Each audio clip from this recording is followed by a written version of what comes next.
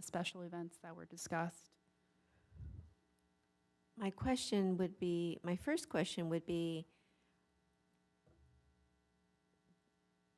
do these events have a budgetary impact on really what this commission oversees? Are we talking about all events? Or are we talking about events that are community services, which is us? So if we're talking about community services, then it's every event that we offer, right? But I see that this commission oversees it, yes, but have we in the past looked at budgets? I don't think we've ever been included in those discussions. So that's essentially what you're bringing up, Right. that those events, even though they are named community services, we've never been part of the discussion. And I believe City Council requested cost estimates too from the staff. So the question for staff is, do we get a copy of what you're giving the City Council? Is that necessary for us to discuss the work plan? Yes, or what Or are be your thoughts part of about? Be part of the work plan? I think the main part on our side is like we give you inputs, like ideas, what we want to see the events are be like, and then the budget thing is gonna roll to the city council for them to approve if those ideas that we wanted to see, if they're okay with that money. But right? that's new, those are new events. We're talking, what she's referring to, I think, Nancy, Yes. what you're referring to are existing events. And she talk about farmers market and all that. Well, so in that discussion, I believe staff was presented with a number of different ideas from City Council, such as the Moon Festival, which we encountered this year. And I think, the commission manager or the Community Services Department manager addressed the council because she said there would be a budget impact for hosting some of these new events. So, sort of the idea is she wanted the council to provide guidance on which events to go forward with, and if they were going forward with them, would there be additional support in terms of staffing hours, in terms of an expanded budget for some of these items. Also, she talked about when the new special events should be put on the calendar, because as you know, the calendar is already so busy with the existing events, and then to have to add on additional items would present potentially a staff burden. It sounds like Moon Festival, right? That's the one we added to our 2023 annual work plan last year, and that was brought it up to the city council later. That's okay. I was just going to say, I think also at that same meeting, City Council asked that a couple of our events be enhanced or changed. They wanted something more, they want to change the Christmas one for sure. I know it's getting kind of late for that. They felt it's getting a little tired looking. I don't know how else to explain it. Well, and I don't blame you. We followed the same format for many years. I think the same is true, they mentioned, with the 4th of July Children's Parade, and what we had at the park was pared down quite a bit compared to what we've had in the past. So I think they asked that we maybe update and upgrade these two particular ones.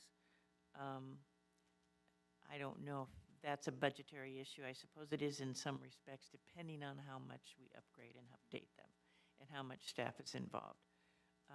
For example, a suggestion that I would make for the Christmas one, and I don't know if this is the time to do it, Temple City and Arcadia High School, I believe, they have these wonderful singers that go around in Victorian costumes and sing. Just having them walk around would be fabulous, or even up on the stage and singing. Now, it might be too late to get them. I know they book very quickly, and they aren't cheap. But they're high school, so they can't be exorbitant. But that's an idea just to maybe to freshen it up. We still have time before the Christmas program to maybe add or change a few things. 4th of July, we have plenty of time.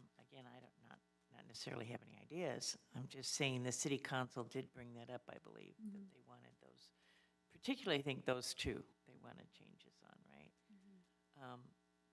And again, we've added things, you know, I noticed the Day of the Dead was really enhanced this year.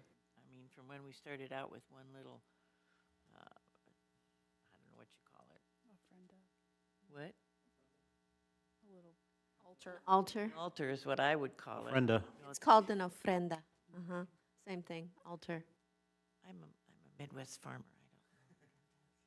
I can't even say that word. So my apologies, but we started out with a very small altar a few years ago, and now it's expanded to something really beautiful with entertainment. And I know someone suggested that we have one for pets next year, which I think is a nice idea. Everybody wants to remember their pets. So that's expanding kind of on its own. It's kind of has done that on its own. So are we talking about adding special events to our work plan? So I think the reason why I brought up those items is because I found the 2023 work plan to be a little bit amorphous. Yes. And I think it'd be easier if we make it more tangible by connecting the events we currently offer and potentially the new events that City Council is discussing with the new work plan. Okay. I like that. I Just like an that idea. Yeah, I think the reason we need to go over the work plan, and the whole point of a work plan is that every year you go back over and you add or subtract and make changes, and we know now that has to be done on certain things. If I may make a recommendation as far as kind of putting it on there, I wouldn't recommend every special event. I mean, by all means, we can certainly provide a presentation and analysis on all of that. I would more so recommend a focus on the new special events that council potentially wants, like the birthday celebration or 4th of July, which in essence is a new event because it's completely different from what we've offered in the past. Because that's where we would need more support from the commission, B, need additional guidance and ideas and feedback since you all represent the community, what you feel your local community would be interested in seeing. Would they be interested in a drone show, or would they be interested in something completely different than especially given the cost of something like that. So those would be the areas. Things like the holiday tree lighting that's upcoming, council wanted to see that happen this year, so we've already implemented a multitude of changes for that event, which I'll get into a little bit later. But there is a budgetary cost that goes with those changes, right? That event has typically been about a $2,500 budget, so it's obviously much larger than that this year in order to pull off some of the things that are attractive to general members of the public. But if the commission's wanting a review of or an audit of the events or something like that, that could also be an option. But from a staff perspective, I could see that being a really good integration and a good use of the Community Services Commission members' time on the new events, since that will be a pretty hefty task on its own. I think it fits under item number 3, right, as part of our work plan, which is to embrace and celebrate community diversity. I think those events can certainly be tucked under that I don't know, that point. Now, we can talk, since the Moon Festival was suggested in that category, we can certainly talk about, like you said, the birthday party, and which is an old new idea. But why don't we go ahead and start with number 1, what worked? Item number 1, what worked, what didn't work? Is there something that could be added? Do we need to come up with a new category? I mean, I know as a commissioner who was working on a few of these points, I would suggest areas where we just take it out of the work plan, and items that we should just take out of the work plan and see what else fits. I agree with that suggestion. I think potentially having fewer bullet points, but more high-quality bullet points, and maybe focusing on certain events that we can work on as a team or provide guidance to staff, that would be a lot, in my mind, a lot more tangible and useful. And an engagement of our time. I feel like most of the time we're just coming in here and looking over whatever's been done, right? And we're just giving opinion where we can really dig into meeting and offering ideas and how we can be helpful.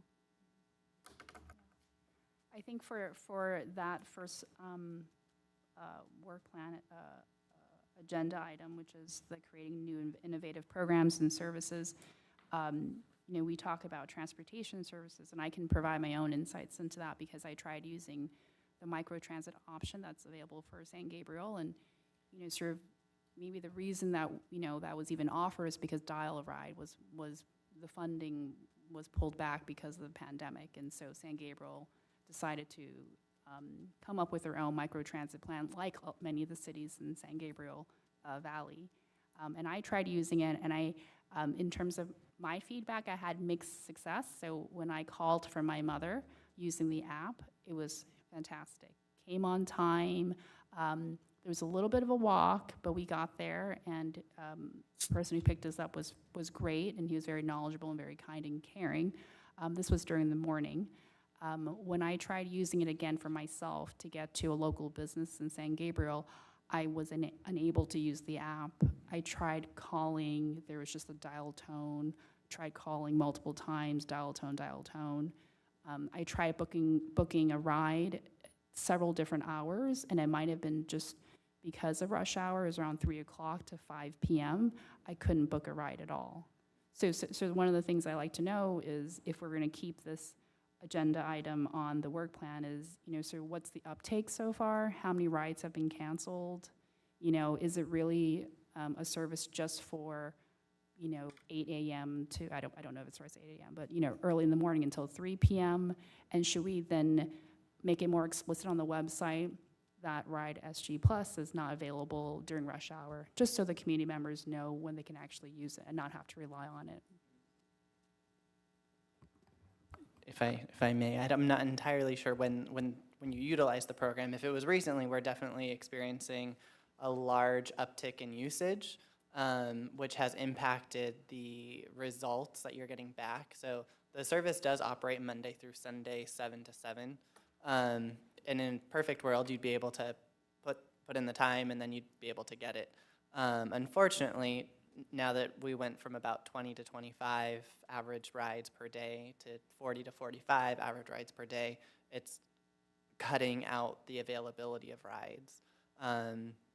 So we had a meeting about a week and a half ago with TransDev, who's the one that we have the contract with that actually does the drivers and then contracts out RideCo to do the app component, to see how we can get people back on track to make more rides available. So we had one van available, and then City Council authorized the purchase of 4 new vans, so 3 stay in rotation all day long. But that's obviously still not meeting the demand of what there is right now. I actually just looked at it before the meeting, and there's a failed search rate on a couple of the days that was like 30%, 40%, which is very high. So obviously there's people that want to utilize it, and it is during those peak hours of like 8 or 9, and then like 3 or 4 or 5 o'clock is when it's just people are getting that bounce back. So unfortunately that is occurring, so we're looking at ways to try and change. Essentially it has to be reprogrammed to be able to accommodate more people. Unfortunately I can't do that myself since I don't program, but the service, the 2 service providers are working together to try and troubleshoot that. And hopefully I'll have a better update at the next meeting. But if there are issues, I always encourage people to call us the moment it happens, or the same day. That way I can relay the information to TransDev and keep a record of everything as we're working through this process of meeting the demand and making sure that especially our Ride SG Plus customers are still being able to get the rides to and from the destinations that they need. So I don't know if that answered your question, but it wouldn't be a terrible item to continue having on here, because the feedback and the troubleshooting is what we need in order to be able to push the provider to provide a better service to the community. Because without a phone call, it's hard to know exactly what people are experiencing. I can see the data, but that doesn't always speak to what people are experiencing. I think based on the survey results too, it shows that most people are not aware of Mhm. transportation services. So if there's a 30% fail rate at this point, once the service gets advertised more throughout the city, then the fail rate is probably going to go higher. Right. So that's something to be, sort of looked at. Sure. Well, if you're talking about item 1A, I think the point was not the transportation services, but rather to develop like pop-up events or figure out a way to really connect with residents as well as people who attended events that, hey, here we are, we're community services, these are the services that are offered through this department. And I think that we could probably take that off our list because I feel that we now know that we should keep a community services booth at every event. That whether we're just there to greet people or we're there to answer questions, we've confirmed that is something that needs to be present all the time. It just so happens that transportation services was a hot topic, so we used it as a reference. But I think we could take it off our list now as a goal that we've achieved, that now we have a community services booth, that commissioners try and host it or spend a little bit of time in. We could probably do a better job about scheduling how much time we spend. I remember what was it that we covered the booth? I was there, and then you relieved me. I can't remember what event it was, but that worked out really well. I think we all communicated, hey, I can do this time to this time. So I guess we just keep that as an action item that we all communicated on being able to sit in the booth. Sometimes I won't get to an event, but somebody else might. Second thing was to collaborate with businesses. This was one of the things that I had thrown out there. And that was to collaborate with business organizations in order to offer additional social services to older adults. And I had really wanted to focus on how we serve older adults that maybe need some kind of tracking devices or hearing aids or something like that. I never really made the connection with, I met with a couple of service organizations, but never really made that connection. I think that's a big goal. And when you get to item 1C, well, I think Commissioner Shea, or Chairperson Shea, really took the lead on that, and that has been accomplished, right? Yeah. Yeah. Still at the starting stage. Right now, we only have one intern, but we're expected to expand it to more interns in the future. We'll see how it goes. But speaking of item 1A, we're removing 1A, right? But about the transportation services that Commissioner Dual mentioned, I think it's pretty important that we can spread the information out more to the community. But since I'm suggesting we have some kind of flyer ready at our community service booth in future events, so we can hand out.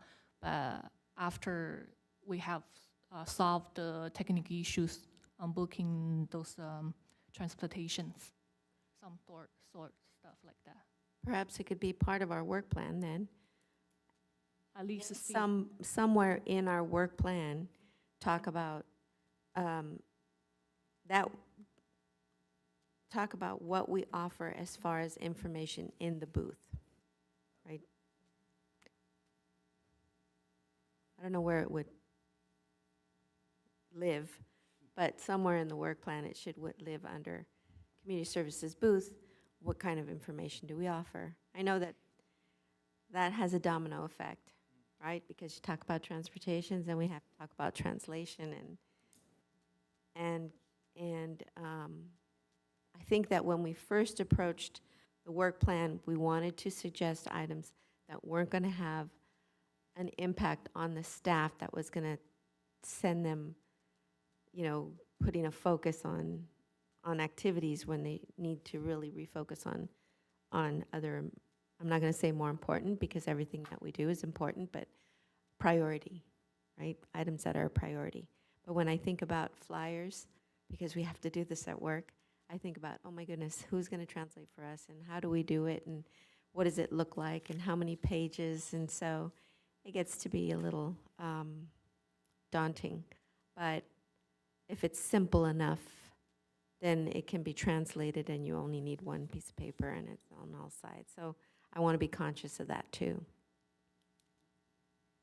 So I have down just host booth at city events would be like the item number 1, and then under that would be a listing of items to be included, like the info on Right SG, or info on upcoming events or programs that could be offered. And if the commission decides to continue the survey, that could be included on there as well, where you have hard copies to offer.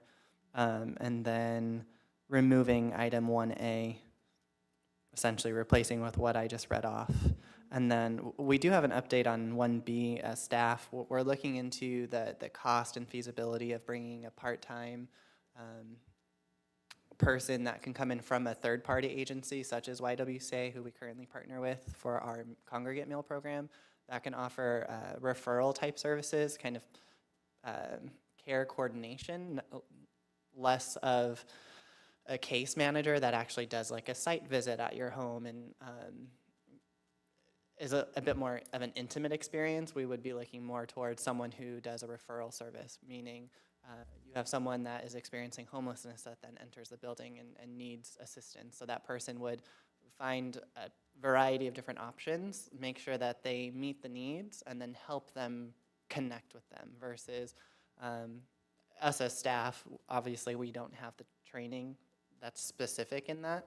So I can do a quick Google search and print out a listing, but ultimately the burden falls back to the participant to navigate some of the difficult conversations or processes.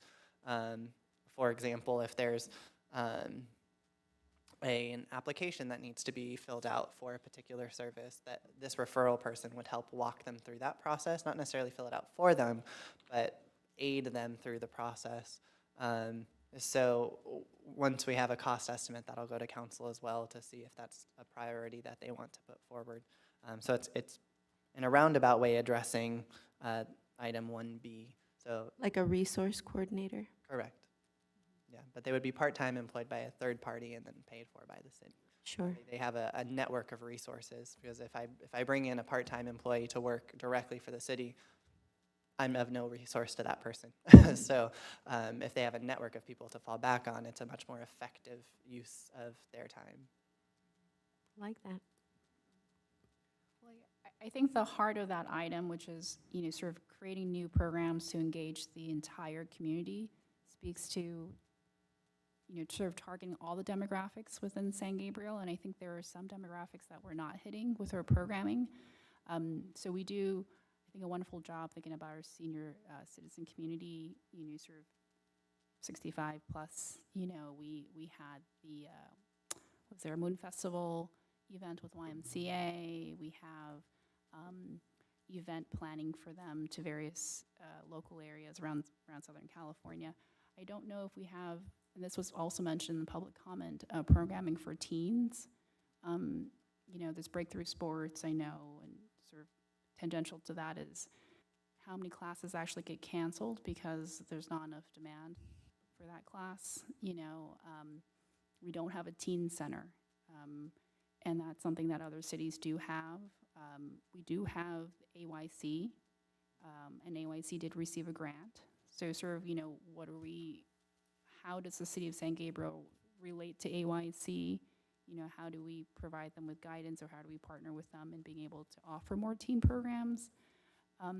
The other part of the age spectrum that I don't think we necessarily hit on is the 18 to 55, sort of, you know, retirement planning, vacation planning, insurance services, things like that, that could really engage another part of the community, the working sort of population.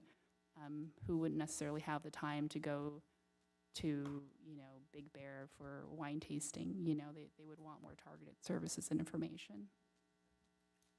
Well, I think that if we were to look at that resource person in the part-time position to see how the position itself works out, do they have, is there a lot of engagement? Is there not a lot of engagement? Then they could certainly start, you have to think about how you can use that person to perhaps do both, right? They're going to provide resources for sure, but how can we use that person to engage the people that you just talked about, 18 to whatever, 55, through programming? Breakthrough Sports, it's a basketball camp they offer. No, yeah, I was talking about that last statement you made. Did I misinterpret you? That you were talking about ages 18 to 55. To 55, right. So this would be, sort of families, young adults, couples of children Mhm. who potentially would value some curated feedback or services on, sort of retirement planning, insurance planning, how do you start your own small business, resources that help connect people who are thinking about starting their own business here in San Gabriel. That's really the prime That's a- age group. Yeah. 40 to 50 age group, I think, is where people start thinking about coming out on their own. Sure. And it would have to be a staff member.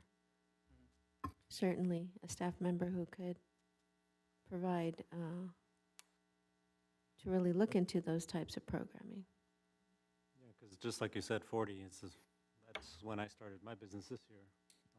And I didn't know how to do it. I had to Google everything and do all that on my own. And hopefully I got everything right because I got all my paperwork and everything. So, but yeah, it would have been nice if I could just come here, I guess, and kind of say, hey, I'd like to start my business here in San Gabriel. What do I need to do? And if someone had a sheet with just all the steps, kind of breaking it down and providing additional guidance if I needed, had additional questions, that'd been great. But yeah, everything was just online. I mean, I know they have those companies that will do all your LLC and all this and that, but they charge quite a bit. So I went the other route and did it myself. And but yeah, no, like you said, you get around 40, you start wanting to do your own thing. And There are other agencies like the Small Business Administration, and I only know because I did attend those. Those are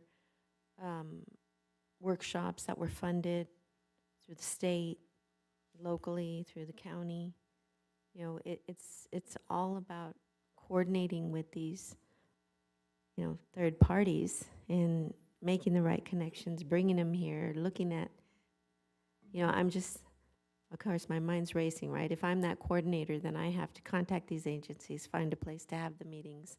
How do I get it out there, right? How do I advertise it? How do I put it together? Certainly would have to be a full-time person. And then we go right back to the budget. Quick question. Now, we have a branch of our local government that tries to bring businesses in and help them. I think that if you went to them, they would help you go through some of these steps, right? I mean, that's what they do when they go out and try to be business into our community. And the whole purpose of them is to kind of streamline the process. I would think that if you went to them, they would be helpful and say, here's some of the things you need to do. Now, I don't know if since you have your own personal business, what it is. It's not like you're going to buy a building and move in, but still, they know the process.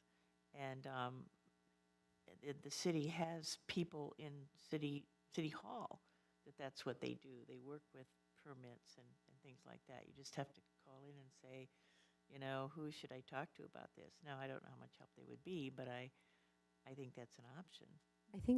I think, yes, absolutely, 100% in everything you just said. But I think that what Commissioner DeWong is saying is, do we have someone within the city that is more accessible, right? A person that you could call and say, I'm looking to start a new business. Do you know of any workshops that are happening in the area? Do you know the the number of the agency that can help me with the paperwork? Or, do you know if there are any representatives in this area or a list of the insurance agencies in this area who speak Chinese or who are Spanish speaking, all of those things? To me, it sounds like a resource person, right? I think we might be stepping into the zone of community development department, because I feel like they would probably Right. And have more resources at their disposal to speak with the community about Right. these types of things. But in terms of targeting that age group, it could also be about, how do I buy a home in San Gabriel, right? If you're a young professional looking to purchase your first home, is there something that community service department could do in terms of being a resource or having links on the website or things like that that would make it easier for someone to purchase their first home, you know? Mm-hmm. But Think- again, things I'm along not those sure if lines. that fits into our purview of Mhm. community services. I mean, we are community services, but we don't want to overreach. I mean, we are limited in what we have for staff and what we are supposed to be doing. Well, that's why we're talking, that's why what Matthew was talking about, right? That they're bringing a person on who could be a resource person, coordinator, part-time. It'll be interesting to see what the demand is, how popular would that resource coordinator be in trying to answer questions. I think that's a good gauge for us to see what the community wants. And to the point of that kind of part-time person that would be contracted out, they'd be an expert in not a lot, right? But they would know a little bit about everything. So that's really the goal, is that they can find out once you are interested in something and do all of that legwork for you. To your point on the 18 to 55 and the teen programs, that would fall more under my program staff. If you're looking to have lectures offered or like a series offered, for example, that would fall under one of their purviews, and then they can certainly execute something like that. I do have Jackie, who oversees our contract classes. She is implementing a partnership with, I believe she works for a financial planning company, and she just wants to give back to the community, so she's offering a class to, I believe it's 16 to, I think the cutoff is 19. Actually, I think it goes down a little younger to 14 or 15. The basics of like balancing your checking account and more practical things that aren't necessarily taught in school but would be helpful, right, to them. And so it's one of the first paid programs that we're offering that targets that audience. So we will have feedback once that happens. But if we're wanting something that would be a free program or something that it goes above and beyond our contract classes, it would require a larger amount of staff time that I'm not entirely sure we would be able to capture with the current staffing levels. But again, it just depends on exactly what the intent is there. So I would recommend being somewhat specific as far as what type of programming or services you'd want to see offered to the general public. It could be something where part of the lecture series for the 18 to 55-year-olds is how to buy a house or how to start a business, and that could be a once-a-month thing that's offered here at the council chambers. But we'd probably want to see a little bit more specificity. That way we can be honest with you to see if it's feasible for staff to actually execute, or if there's a portion of the commission that would be engaged in securing some of those speakers. Of course, the staff member would team up with you on that. But if the commission was wanting to assist with securing some of those, then it would be a bit more feasible as well. I think for me to make a decision about that or provide some feedback, it would be helpful to know, again, of the community classes that are currently being offered, how many are canceled because there's not enough interest, which classes are the most popular. So as an example, I try to sign my kids up for the math workshop that's being offered in December, and I believe it was canceled. It wasn't, it was canceled, maybe I think it was, right? Correct, yeah. So there's certain contract classes that we offer that we monitor as it's gone on to see if it's successful, and then if it's not, then we unfortunately have to say goodbye to that instructor and fill it with something else. So we know that our community wants that enrichment, but we're not entirely sure that that's the class that they're looking for or the instructor that they're looking for. Or the schedule, because the schedule is Correct. also an issue too. Correct. So for something, just going back to teen programming for breakthrough sports, was there a lot of demand for the basketball program? Yes, so all of the 3 age groups were completely full with the wait list. So it's one of our most expensive programs as well, but the quality matches the price tag as well, because they're professional coaches that this is their expertise versus our recreational leaders offering something. We do have a Jefferson sports program that's free at Jefferson Middle School, and that operates, right now they are finishing flag football and volleyball, and then they just started basketball, and then after basketball, they'll offer soccer. Okay, so it's a rotating list of sports that they focus on. Correct. And are there any other programs for teenagers, or is that really the only thing we have? We have a couple other contract classes that extend a little bit into that age range, but nothing that I can clearly pinpoint that would be specifically targeted to that age group. Yeah, we have a couple that target the older component of our 18 to 55, but nothing in that 24 to 40 age range as of now. In terms of teenagers, I was thinking, 12 to 18, even that, because we don't have a teen center here in San Gabriel. And that's why I was thinking in terms of the Asian Youth Center, sort of how do we partner with them so that they would be able to maybe provide more programming, do more public announcements so that more teenagers are able to access those services. They know what programs are going on. And they did receive funds from the state assembly, so I'm just wondering how are they using those funds? Is it sort of for renovation of their building, or is it for programming purposes? Okay, so are we thinking for the purpose of the work plan, partnerships to offer programs? Okay, for those age groups? Yeah, partnerships, sort of low-hanging fruit. Who are the partners in San Gabriel that we could lean on to provide more programming, who would be interested in sponsoring some events? I think that was also raised in the city council meeting too. There are businesses that will ask the city council members, how do we put our name on the flyer for this event? And they have no idea how to do that.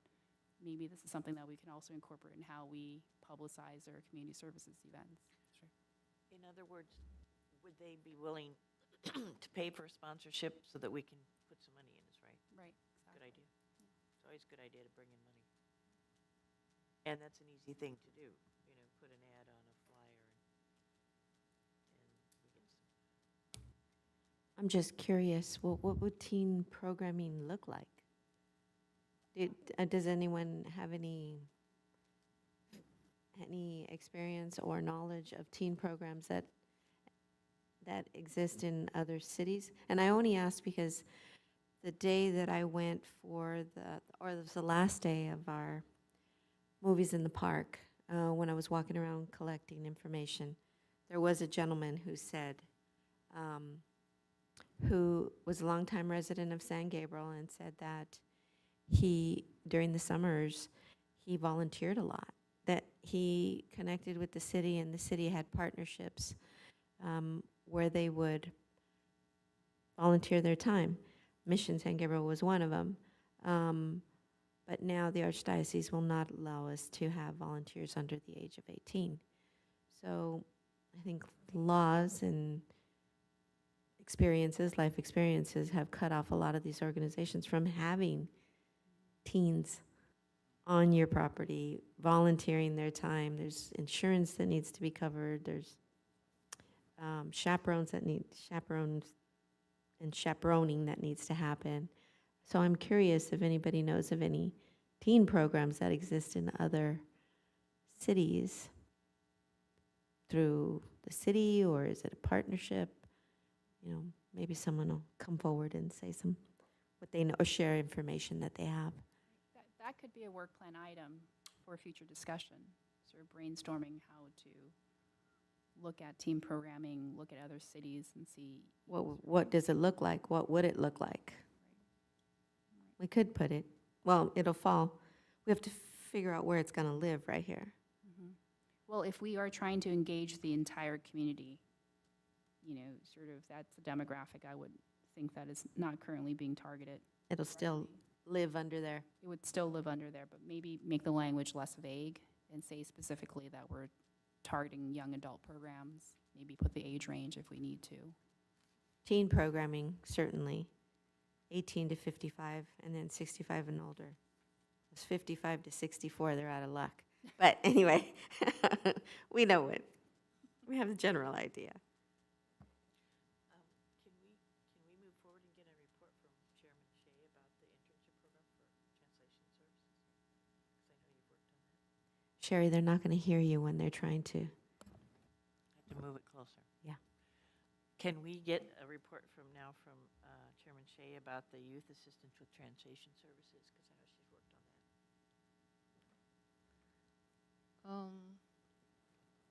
I think we just mentioned about it, that we're going to expand the internship program to include more interns in the future. And so far, we're just started to see how the program goes. What's the age group? Matthew? So they have to be over 16 in order to volunteer with the city. So essentially any high school or community college or a college, So that's like 16 to I 22. believe it's either 21 or 22. Yeah, Yeah. 22 probably. How many do Okay. we have now? Just one. Just the one? So your work plan item is to continue and expand the internship program for youth to assist with translation We could, services. yeah, it could then- be. And actually, right now, we're missing one language category, which is Vietnamese, right? So that's some area we can continue and see if we have any resources available to help us on that. You could. I can certainly connect you with our Vietnamese leader, because they have a very large Sunday school. Mhm. Let me try to work out on this intern first, and then later, and then we'll see how things goes, and then I will contact the resources you have, and then see Sure, if we can work out anything. sure. So what exactly do you have them translating? What are you working on? The majority of the items that they've been translating are the senior program flyers, Okay. because that's the program with the smallest budget but the most amount of flyers. And so he's been doing a fantastic job there. There's a couple youth program flyers that he's worked on. Again, small budget, not as many flyers as our senior programs because the parents seem to respond better to our digital marketing. But that's for the most part what he's been working on. I think that's great, and kudos to Chairman Shea for working on that, making it happen. She's the one who made it happen. Well done.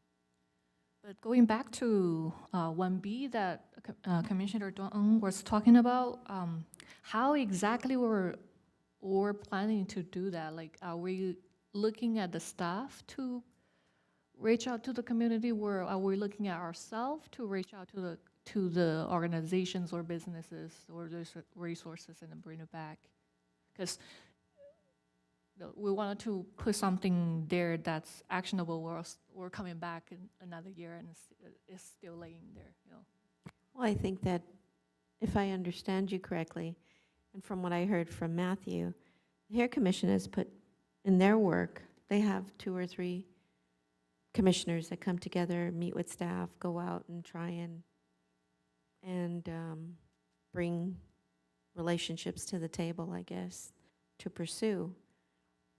That's feasible, right? That just means that we do the footwork for you, right? We're doing the footwork Correct. and bringing the suggestions to you and saying, well, these people do have, teen programming available. How can you collaborate with them? Is that what I'm understanding, Nancy? Yeah, I don't know how it violates the Brown Act, though, in terms of, sort of 2 or 3 commissioners meeting together and discussing some of these items without Or individually and bringing those items to, right. Do you have any advice Yeah, on so how? for the Community Services Commission, you can have a group of 2 or less, so 2 or yourself, working together on a project. So if, for example, you and Commissioner Huerta wanted to team up on a project, you could have as many discussions outside of the formal commission meeting as you want, and then present it back to the remainder of the commission that way. Or if you, let's say, all 5 commission members were working on the same project independently, you would provide the updates to me, and then we would consolidate it for a discussion to have happen at the actual commission meeting. And so That makes sense. for 1B as well, if the commission was in support of having a part-time external resource staff member, you could make a recommendation to city council that they hire or add or contract out a third party for resources. So if that's something that the commission felt strongly about, you could certainly. That comes out of our research. Mhm. Okay. Okay, so far, 1A, we're going to kind of retool and say that we're going to keep our community services booth, information booth at all events, and work on public, any kind of materials to be offered to the public, right? And then 1B would be just an extension of what we're talking about, to collaborate with businesses, organizations, third parties in order to offer additional services. And then we could kind of list out the different categories. That way it's more tangible. Teens, 18 to 64, 65 and older. I think youth is covered by the city really well. And then C would be to continue to expand the internship program. I think expand languages too. Yes. Mhm. And anything else we would like to add for section 1? To engage the community? And we'll move on to number 2, connect to the entire community to enhance quality of life. I think 2A Was brought up by me. was also And I guess I could share now that Mission San Gabriel has been partnering with Harold Christian Health Centers because of their new location that they have, their new center in El Monte. They too are looking for grants to help expand their services with, they're a federally qualified health center. So they do get funding. And right now I think that they reached out to us because they're embarking on a 0 to 5 kind of a feasibility study.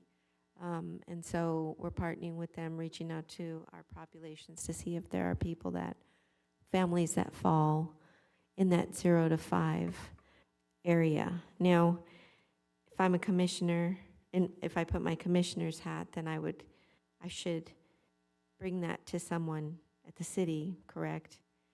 Where would that live? I guess enhancing the quality of life. That this particular grant is about expanding. I guess next year the Medi-Cal will be expanded to cover a certain population. I can't tell you what it is right about now, but maybe we just keep this 2A, and I'll continue to work with Harold Christian and bring that information to you, and so that we can get the word out. That's perfect. And they are continuing to expand the services that they offer there in their new El Monte office, but they're experiencing high demand, and they're adding optometry and dental and services, so they're a little overwhelmed. Yeah, I think all health services are, but certainly it's a good partnership, and they're willing to bring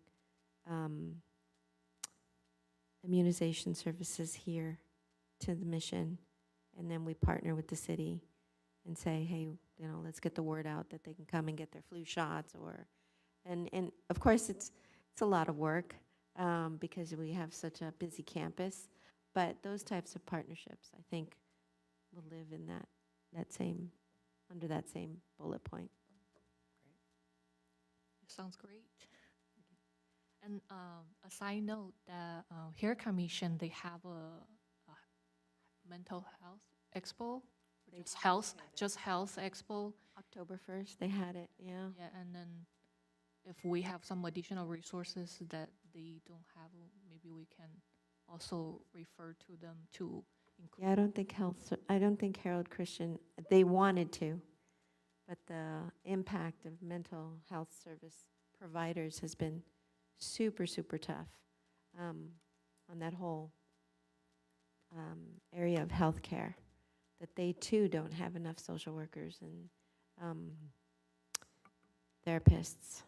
So I think they're being impacted. I think everyone's being impacted, but it's something that could certainly be transitioned into the HERE Commission. Everyone can benefit from that relationship. And I should note that at the last HERE Commission meeting, they've decided to not move forward with offering the Mental Wellness Expo next year, and look at other smaller ways that they can still meet that need. There wasn't enough attendance to continue on that same platform, so just a notation. But they'll be exploring that as well. So that's 2A. We should continue. We should keep 2A. Like healing classes sounds good if they're able to offer something like that. And then So let me share what we did at Mission San Gabriel. Through another organization that I'm affiliated with, it's called 1LA, we partnered with four private social workers, mental health therapists. And we offered a teen symposium. We actually offered it to parents and children because we realized that the biggest barrier, of course, is the stigma of mental health issues. And so in order for us to have this workshop, you know, we had to pay a stipend to each of the providers, and there was only a certain amount of time that they could have. So we did offer, I think we had it from 9 to 4. There were workshops that were given, talks that were given, and then the latter part of the workshop was that either the parent or the teen, or the parent and teen, would sit with this consultant for like 45 minutes, something like that. And we had a good response, but it was, what made the response good was that we had to talk to each of the leaders, the ministry leaders, because they have to encourage it. So I think that part of why people aren't responding or didn't show up is that stigma that is associated with mental health. So at the end of the day, we realized that it's not so much offering these services, it's getting to the root of how do we dispel that stigma of mental health issues. So it was we came full circle, so I can understand why the HERE Commission would move in that direction. When you start on these programs, as it always happens with social services, you start out wanting to help, immediate help, and you end up finding out that you need to get to the root of the problem before you can actually attack the social issue. Anyway.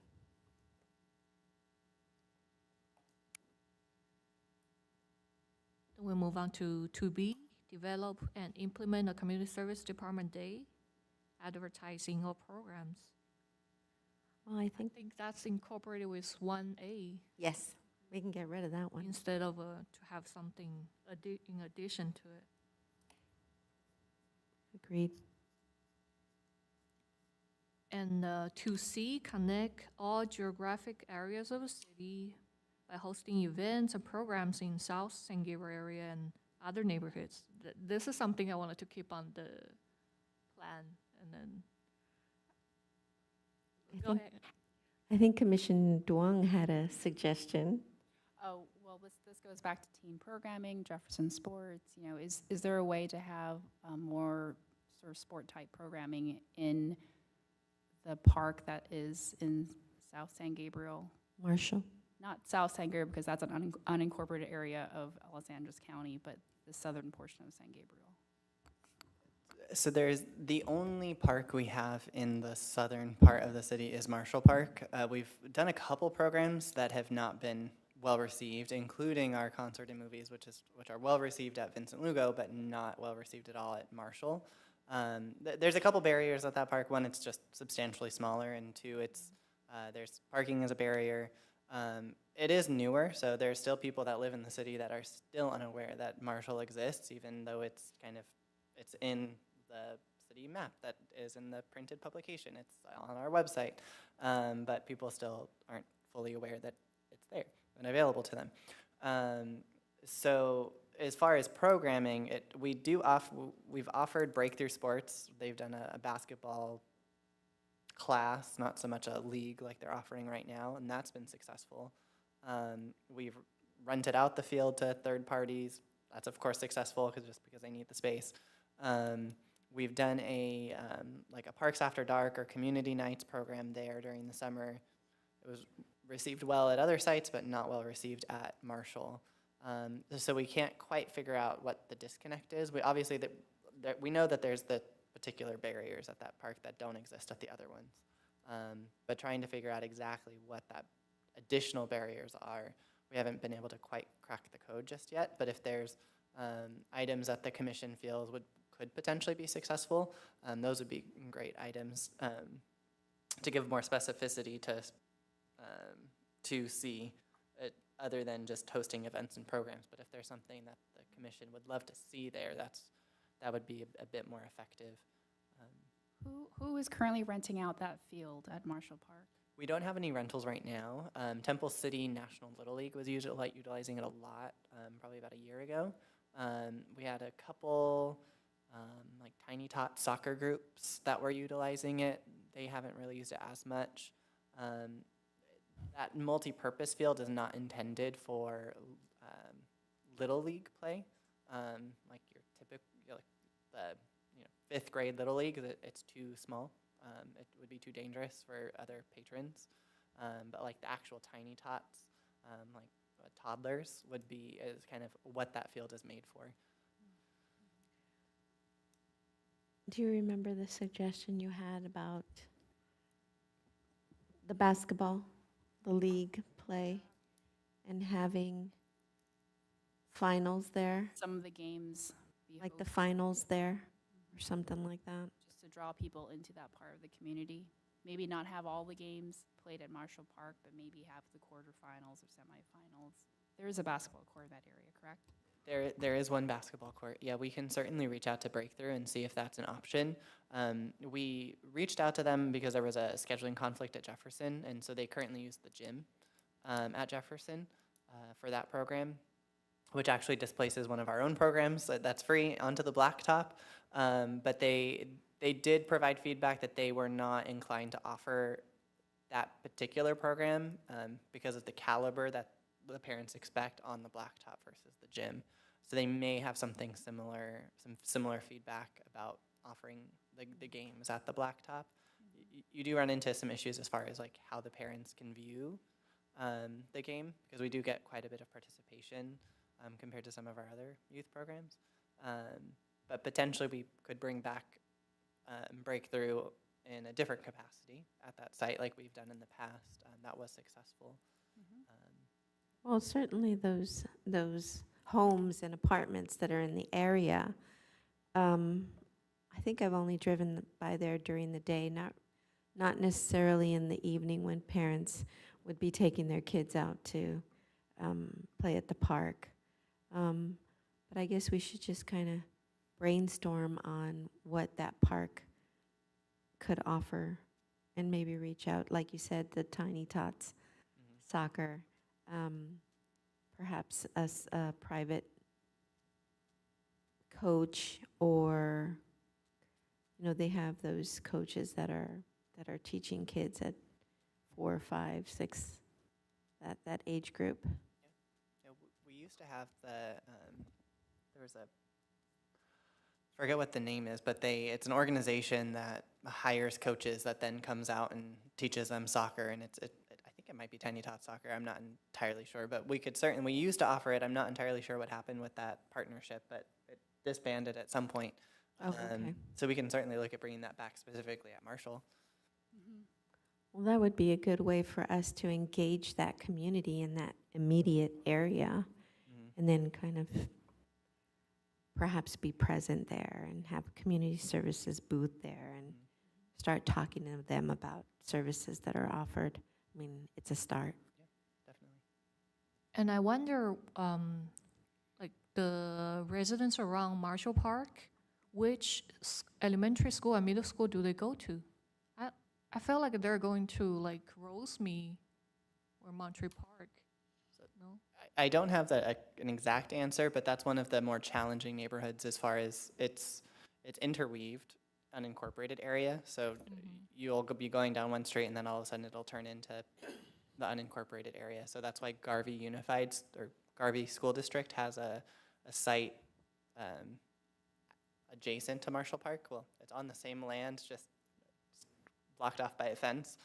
So they have like an early start program. So it was a vacant building during the time that Marshall Park was being built, and now they've implemented, I don't know if it started yet, but they were putting it together for an early start program. So to answer your question, I'm not entirely sure, and it's going to be split amongst, so it's not like the entire neighborhood will all go to one elementary school, it would be split. Well, it was interesting, Yeah, and the last time that we had an event in the Mission District, so many people weren't from San Gabriel. I mean, when I tried to administer the survey, they're like, no, I live in Alhambra, I live in Arcadia, I live in Monterey Park. So families are coming out from different areas.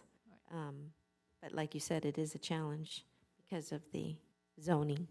yeah, and that area, I went there a couple times, and every time it's really packed, the little park, and then the streets are narrow, Sure. the parkings are limited.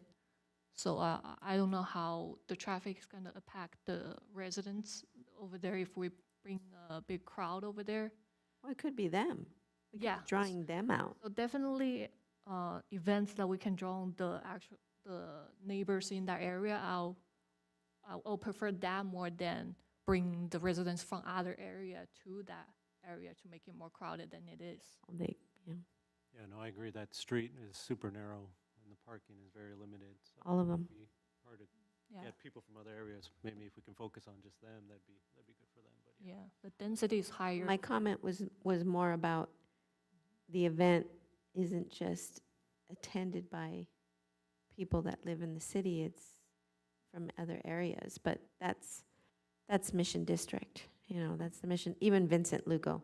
When we had the movie night, a lot of people weren't from San Gabriel as well. But, I mean, it's certainly good for us to kind of brainstorm about what could take place there and what could bring that immediate population, San Gabriel residents, out. Does the Garvey School District currently use that space? The portion that's Marshall Park, or the portion that's there still? Oh, I see. So they have a portion of Marshall Park as well. Correct. So Not just the building. correct. So yes and no. So it's essentially like a perfect square, and there's a corner that's the satellite station, police satellite. Yes, the police, And then there's a portion off to the side that's Garvey Unified or Garvey School District, and then essentially the other half of it is the park itself. But they don't utilize any of the actual park. Yeah, the green space belongs to San Gabriel. So Correct. maybe that's a partnership as well. It's very likely that some of the families who live in that area are going to the Garvey School District. correct, agreed. So I don't know if that opens a can of worms in terms of working with a different school district, but it would make sense, because Sure. physically it's in the same area. Right. And I do think it's important that we bring the community members within that area out, because there is a lot of need. Most of the multifamily housing is located in that southern portion of San Gabriel, which means that there are a lot more children, a lot of, sort of households who, Multi-generational. multi-generation, exactly. So, and if they live in smaller, square footage, then it's more of a reason for them to come out, because they don't really have a lot of space in their homes. So, There's a way we could do that. so what you're suggesting is rather than a citywide event, just mostly a local neighborhood event for them. Mhm. That makes more sense, because it is small, and it does encompass, like Matthew said, it's really convoluted around there. But we could still have a neighborhood event and focus on those people, instead of, then we wouldn't have to worry about the whole city convoluting onto that little park, because that isn't real practical. Anything else we want to add to item number 2? So I think the takeaway in terms of what we just talked about was, is it possible to work with the Garvey School District on programming for that park, for that particular community? Yeah, of course. And that can be part of it, and we can think of other events that we think are suitable for the. Correct. As commissioners, we keep our ears out for, like, Tiny Tot Soccer. I'm already thinking about the people that were offering soccer classes at the high school, at our high school, reaching out to them, asking them if they know of any. And I do see a lot of people actually using the park, so I wonder what's the reason that the participation is not so high. Something to look into, maybe the language, or Could be Like marketing as well. that the material we're spreading out, it's the right language that they, Or it's not reaching them. It's not reaching them. right. Yeah. I think that's more of the issue there. I think that's more the issue, it's just not reaching them. Mm-hmm. But in having a presence there and in working, partnering with organizations like Garvey School District, then we get them there, and then we start providing information. Right.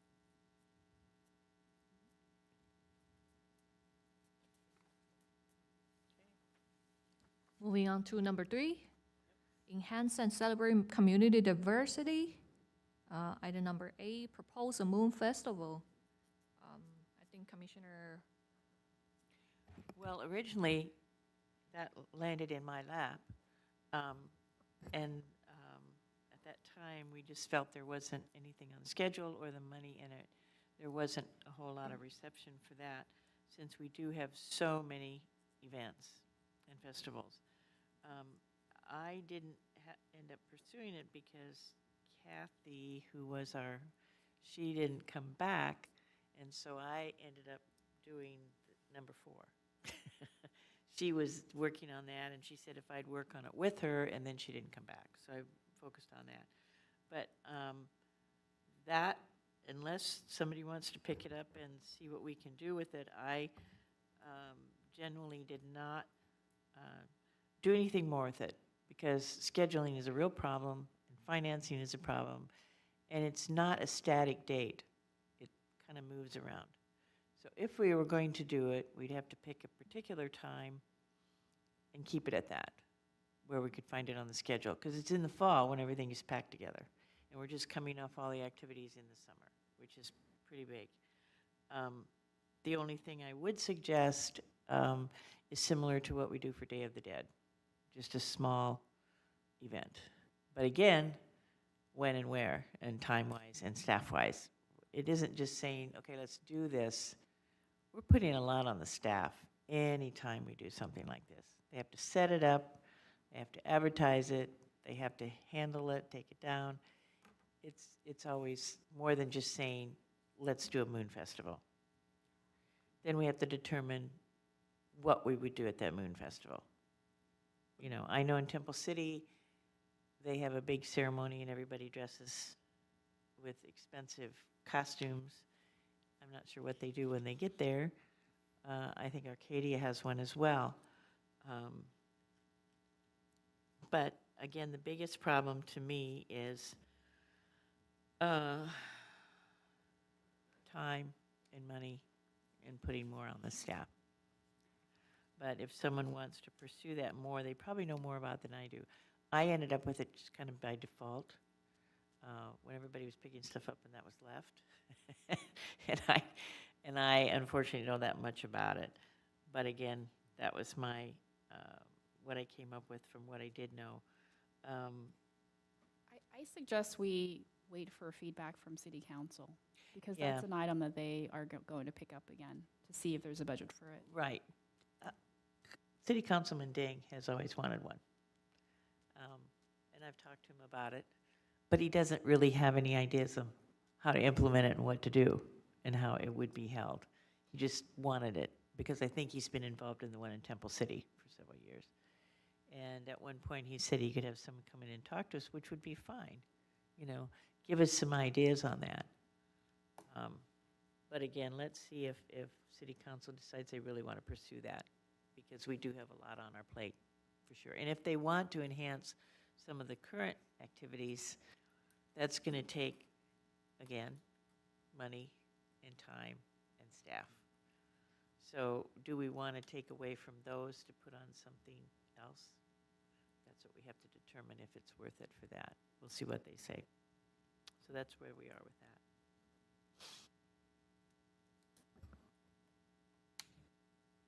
And 3B, partner and collaborate with various culture and interface organization to assist in the development and implementation of events and services. That was something I had brought up. And I had brought to the table when we were putting this work plan together. I don't know that it has any, I don't know that it really needs to be on our work plan anymore. I don't know how anybody else feels. We have a lot of events that happen here. Certainly the Native American community. I don't know if they work with the city on, or if there's an interest to have any type of a celebration on Indigenous Day or any other day that they celebrate. It was brought to them in kind of in passing conversation, and they would certainly be interested if the city were to embark on that. I think the HERE Commission eventually will probably take that on Okay. once they finish the land acknowledgement statement and it is approved by council. So I think that's kind of next on their list. I can't speak for them, but I can, from seeing the trajectory, I could see that being the next kind of natural step. Well, as far as celebrating community diversity, we do that a lot in our city already. I mean, we have Chinese New Year, we have Cinco de Mayo, we celebrate really big cultural events in this town. And for the city our size, we do it quite often, we do it quite large, and we pull in people from all over. So I think the city as a whole is doing quite well on that respect. Yeah, To sort of just target the Native American community, though, perhaps this is a good way for us to connect one of the special events that is being proposed to this item, which is the Mission to Mission Walk, and the city birthday, because you can't really talk about the city birthday without talking about the first sort of community that settled here in San Gabriel. So maybe that's a way to target it. Again, it goes back to city council. Do they want the birthday celebration? How do they want to celebrate it? Do you want to bring in, sort of dialogues and conversations for the Chumash Indians, and et cetera? So that could be a way, though, that we target that item. Well, I could see that could be interesting, because that is our heritage, of course, here as a city.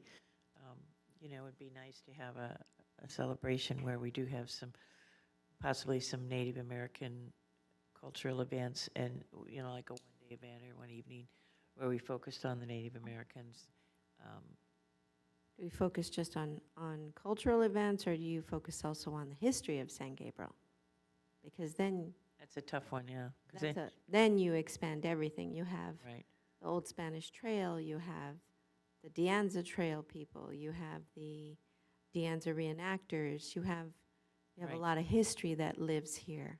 Then we tell them to go over to Mission San Gabriel. No, you don't need to do We'll that. just walk over that way and say, no, here, go right here. Well, that, That would be collaboration possibly with Mission San. well, sure, that's a given. That's a given. We'll always collaborate with the city. Because you have that. But you talk about the birthday, it's hard to talk about the birthday without its significance in the history of California and the history of Los Angeles. Then it's a broader conversation, not just Native American, not just cultures, right? Because then you have all the different cultures that have moved through here, right? In the history, gold rush, how did all of that happen? And I get quite a few phone calls looking for that history. Oh, do you? And, of course, we have the San Gabriel Historical Association, and they have information there. Ramona Parlor has another type of information.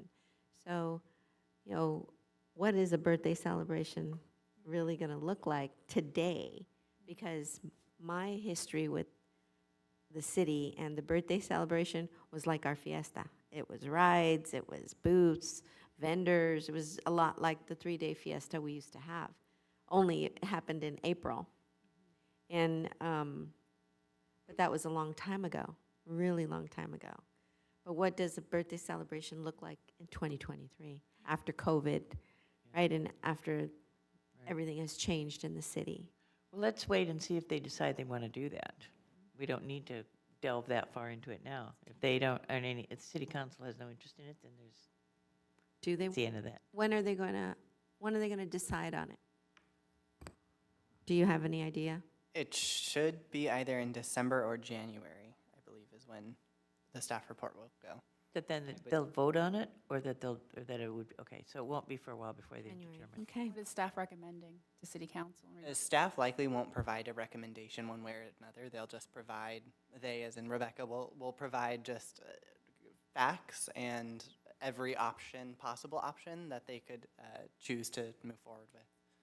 Yeah, they'll have to decide if they want to go, like Terry said, how far do they want to delve back?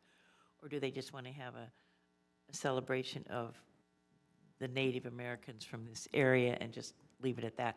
But before we go any further than that, we need to wait and see what they decide, I think. We're getting too far into it for now. But if we look at this point, this item, are we gonna leave it here? Do we? I think it's TBD, because we're going to have 2 conversations about the work plan. This is the first half of it. So perhaps the next time we meet in December, we'll have more guidance from the city council, potentially staff, on whether or not they have the budget for the birthday celebration. So we can just put a pin on it for now. Okay.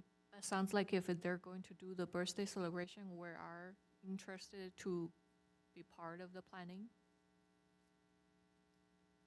In terms of providing guidance, it sounds like, we certainly have an expert on the panel here who can talk a little bit more about how to bring in those different dialogues about the birthday. Sure.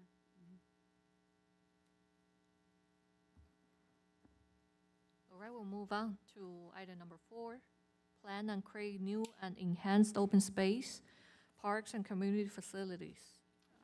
Item A, enhance current park spaces, including enhancement of a Smith Park. Okay, this is what I had been working on. As far as enhance current park spaces, this last year, as you know, who've been on the commission, the vets and the pickleball people pretty much sucked the oxygen out of all the air we had regarding Smith Park. And it, I think, now has been resolved, but that was several months in the happening. Now it is determined that pickleball will be 1 court permanent, tennis will be 1 court part. They'll get theirs, but they can pickleball if they have a tournament or something, they can use the tennis courts. So that seems to be resolved at this point. The pickleball people have been very accommodating. They make sure that they ask all their players to sit on the south side of the fence where they sit and get ready, so they don't bother anybody else in the park and they don't bother the neighbors. Rebecca said and Matthew said that they are putting up sound deadening fencing on the north side, which faces the houses where the complaints were being. So hopefully that has been resolved, don't you feel? I think it has, yeah, I think it's been resolved. And the other night, got a message that there were 50 people playing. I'm not sure why everyone likes to come to San Gabriel and play pickleball, but it's a very, very popular location for pickleball, more so than Pasadena, Alhambra. They all want to come here, and apparently they have developed a really good pickleball community, bringing everyone here and having tournaments, and it's just a fun place for them to be. And this is bringing money into our community. You know, they're eating at Blossom, they're eating at other places, and when they have tournaments, they do raise money, and they have donated it to Asian Youth Center and to other things in our city. So hopefully, pickleball is now resolved, but that seemed to be the gift that kept on giving all year long. The vets now, I know Matthew has worked with them, and so has city manager. Apparently, they have agreed to downsize at some point. What have they determined? Sure, so there's been discussion of moving a smaller memorial to Plaza Park. Thank you. That hasn't gone to council or been approved, so it's still in the initial discussion between Rebecca, Right, Mark, and right. the group.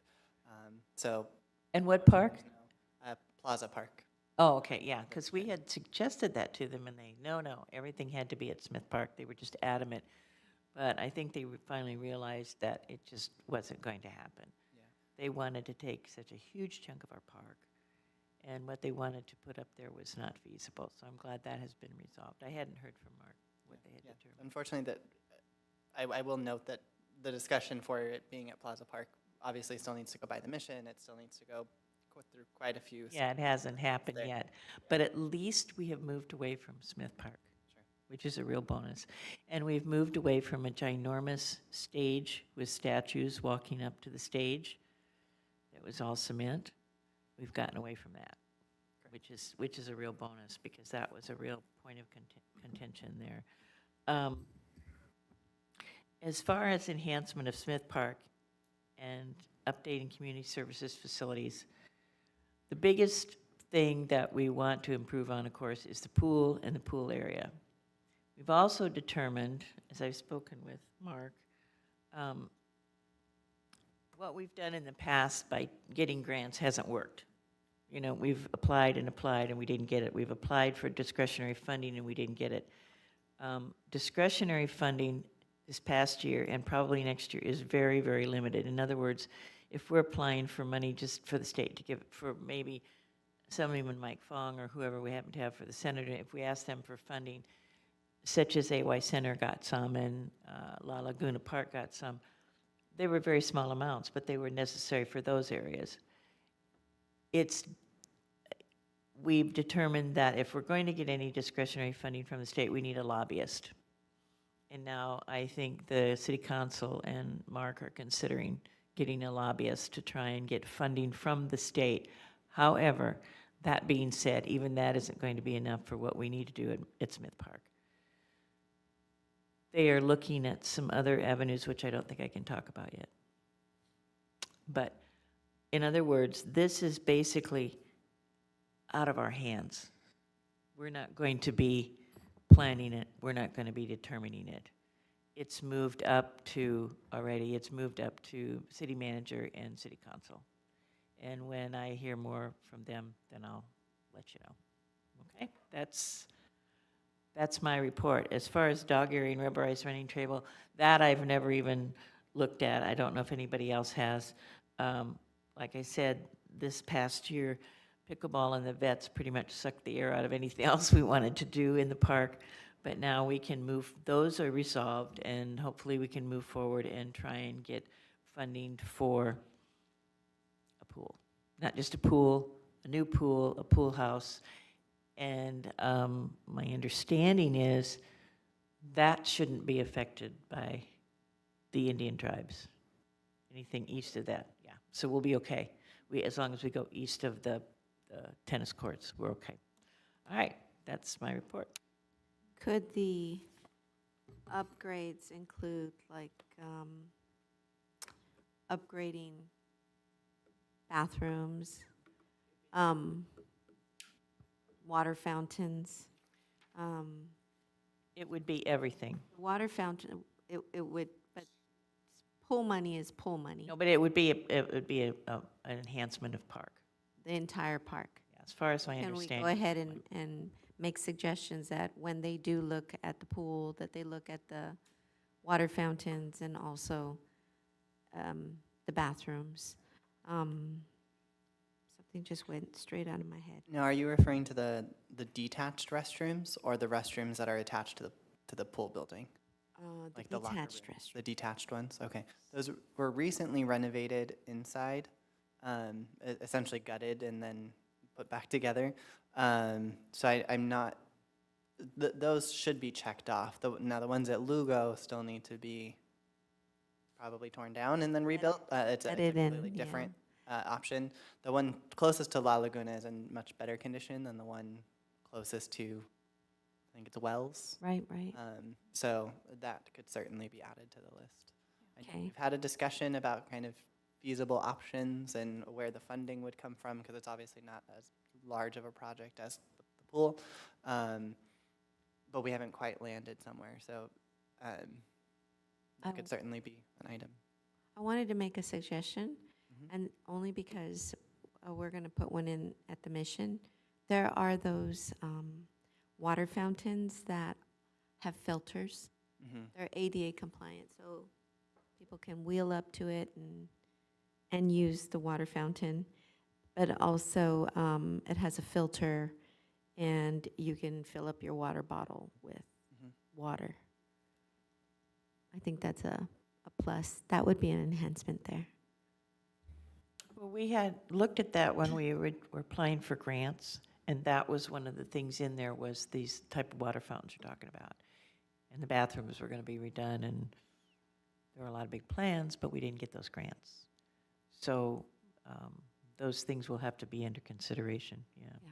Especially. They're this- like less than $2,000 Right.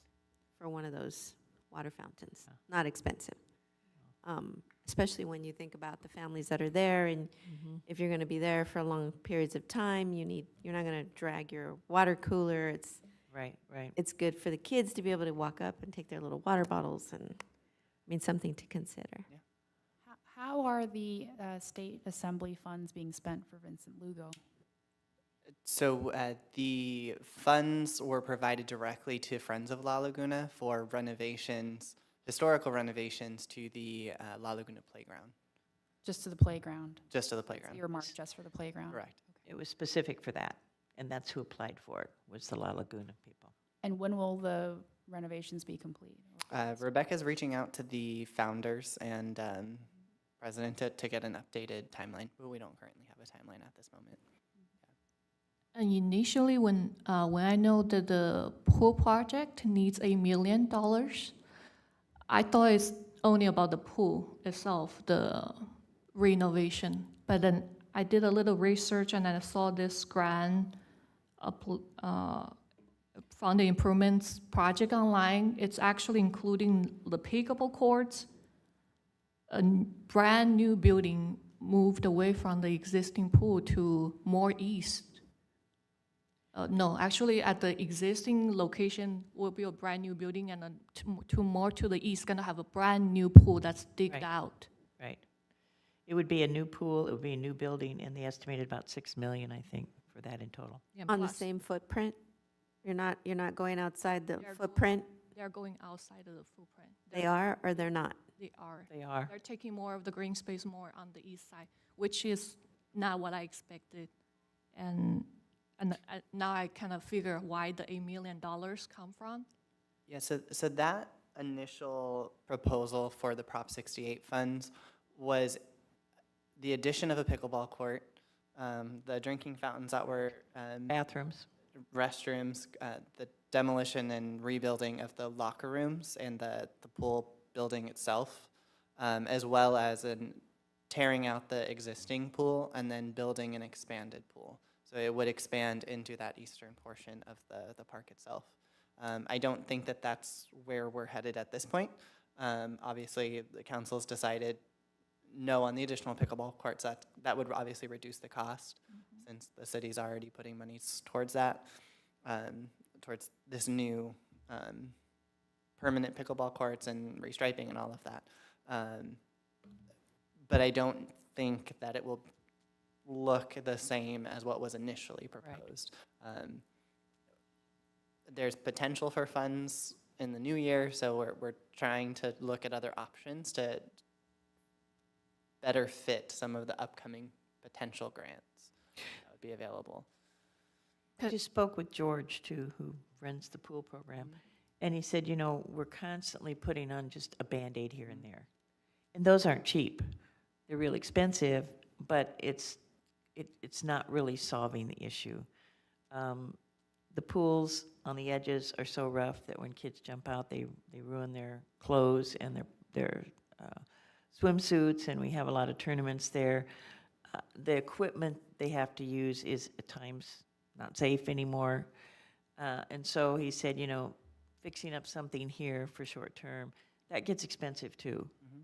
So again, we're just putting Band-Aids on this. So hopefully we can corral funding, and in the next, it's going to take a couple years to finally get it finalized, not just the money, but when we actually get it to do the construction. So it's a long-term project, but we need to get it done. Again, discretionary funding from the state is very tight now.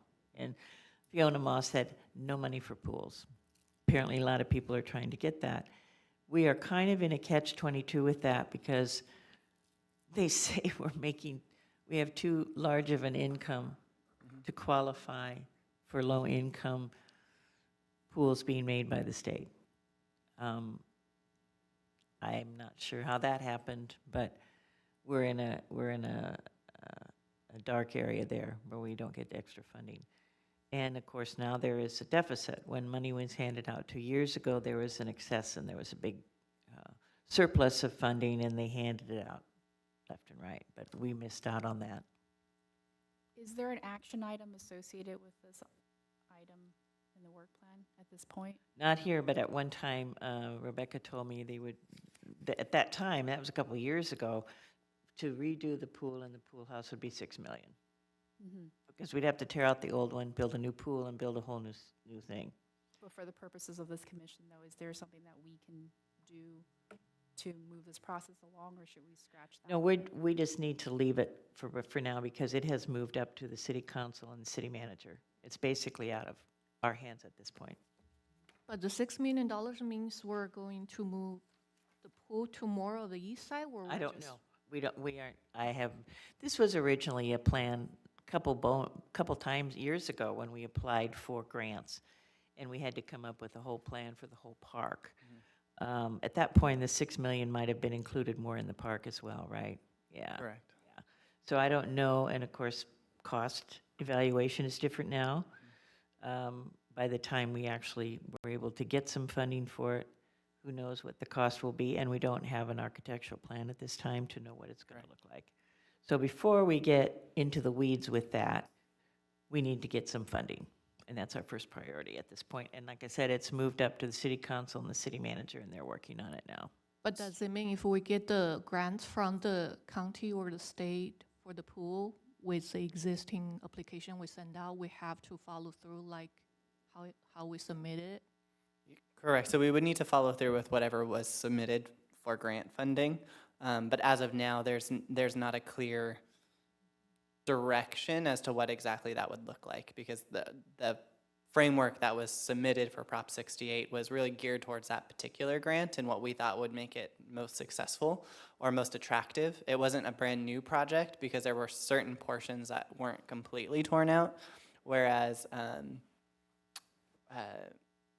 I take that back. It wasn't, for example, newer cities like Moreno Valley, who have ample space that are not built out, that are building a brand new park or a brand new community center.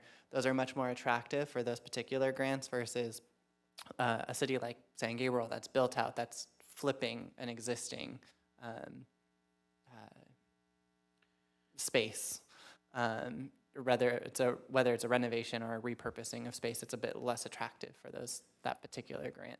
And as Commissioner Cabot mentioned, we don't fall within the same low-income bracket that some of the other cities do, especially if you compare LA County as a whole compared to most other counties in the state of California.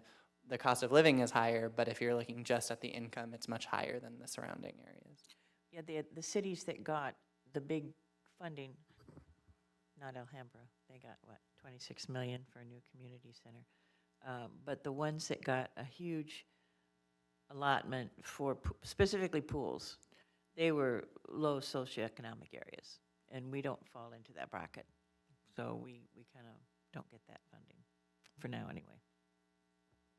But if So we- are we keeping 4A and 4B, or are we pinning them, we were scratching them? Certainly 4B, I don't see any space available anywhere. No, we don't have any of that I anyway. think Amansa Park is building a dog park, so it's pretty close to us, and then we Already can just done. leave it to that. Yeah. It's already Uh-huh. done, There's okay. already one in Alhambra. So we don't need can scratch B. And Yeah. they have a way bigger rubber running trail over there, and then Well, they have bigger parks. We do a lot more money than So we we scratch B and keep A. Yep. Is that what we're saying? Are we keeping A because? Or we just let it go? for A, I really wanted to refurbish our existing pool just for our residents, but for the scope of what the grant was applying for, I definitely am not a fan of it. But I mean, we're just talking about our work plan. Now Right, that it's right. reached another level, we can let it go. Right, I think we can probably, if we wanted to keep this on, if you wanted to enhance current park spaces, I'm not sure what we would enhance at this time, other than Smith Park, where we really want to focus on the pool area. The other parks, La Laguna's been refurbished. Like you said, they're refurbishing the bathrooms. Unless you can think of something else that we need to do. I don't think that it should be kept as a work plan item, No, but I I don't don't either. think so. but I would like to get a report back on La Laguna and how they're using those funds, because there is a new playground in that area, which is great, because if you take that offline, then there are still swings and things like that for kids. But it is, I think some of the city programs have happened in Vincent Lugo in the past, and they've used that area. So, we are taking away some green space from the community, so it would be good to know just, what the thoughts are in terms of planning, how long it would take. Sorry, are you referring to the new playground that was built or the refurbished? Well, I believe the historical playground is getting refurbished. Correct. Yeah, So yeah, if we could get a report back on what's happening with that Sure. project, because it is under the purview of a nonprofit. It's not Mhm. something that the city has control over. correct. from what I Yeah, we understand. partner and help in any way that we can, but they work to secure all of those refurbishments. So my opinion at this point is we remove 4, because that's kind of moved up to the city council at this point. Also, if you wanted more information about La Laguna, Eloy and, what's his last name? Yeah, Lubitsch. They're the ones that are the head of the La Laguna, and they would certainly talk to you about it. Mhm. They're the ones that have worked on it for years and have gotten the money and gotten the grants to get it done. Right. It's just, if we're talking about the southern portion of San Gabriel, that is another park that they are using. So, Marshall Park is very small, and it sounds like there's a lot of community members who will use that park. But Vincent Lugo is the next, right? Am I correct? It's the park that's next, closest to them in terms of parks north of Valley Boulevard. Well, and it's large, and we have a lot of activities there, so it encompasses a lot of people. Okay, that's it. Number 5A, number 5, develop innovative resources and tools to achieve our mission. Item number A, collect survey data, and which I think we're doing it, and we're seeing the result gradually. I think one thing we're waiting on is any digital access to conduct the survey on our next time, because right now we're doing the paper So it's live on SurveyMonkey. That's how I was able to generate the results for you. Staff input all of the paper copies. So if the commission wants to use that, that's ready to go whenever you'd like to utilize it at any of the special events. I think a couple of the commissioners found it easier to do it on paper. So I'll put it back to the commission, and if you want to use a combo of it or one or the other, we can provide both to you.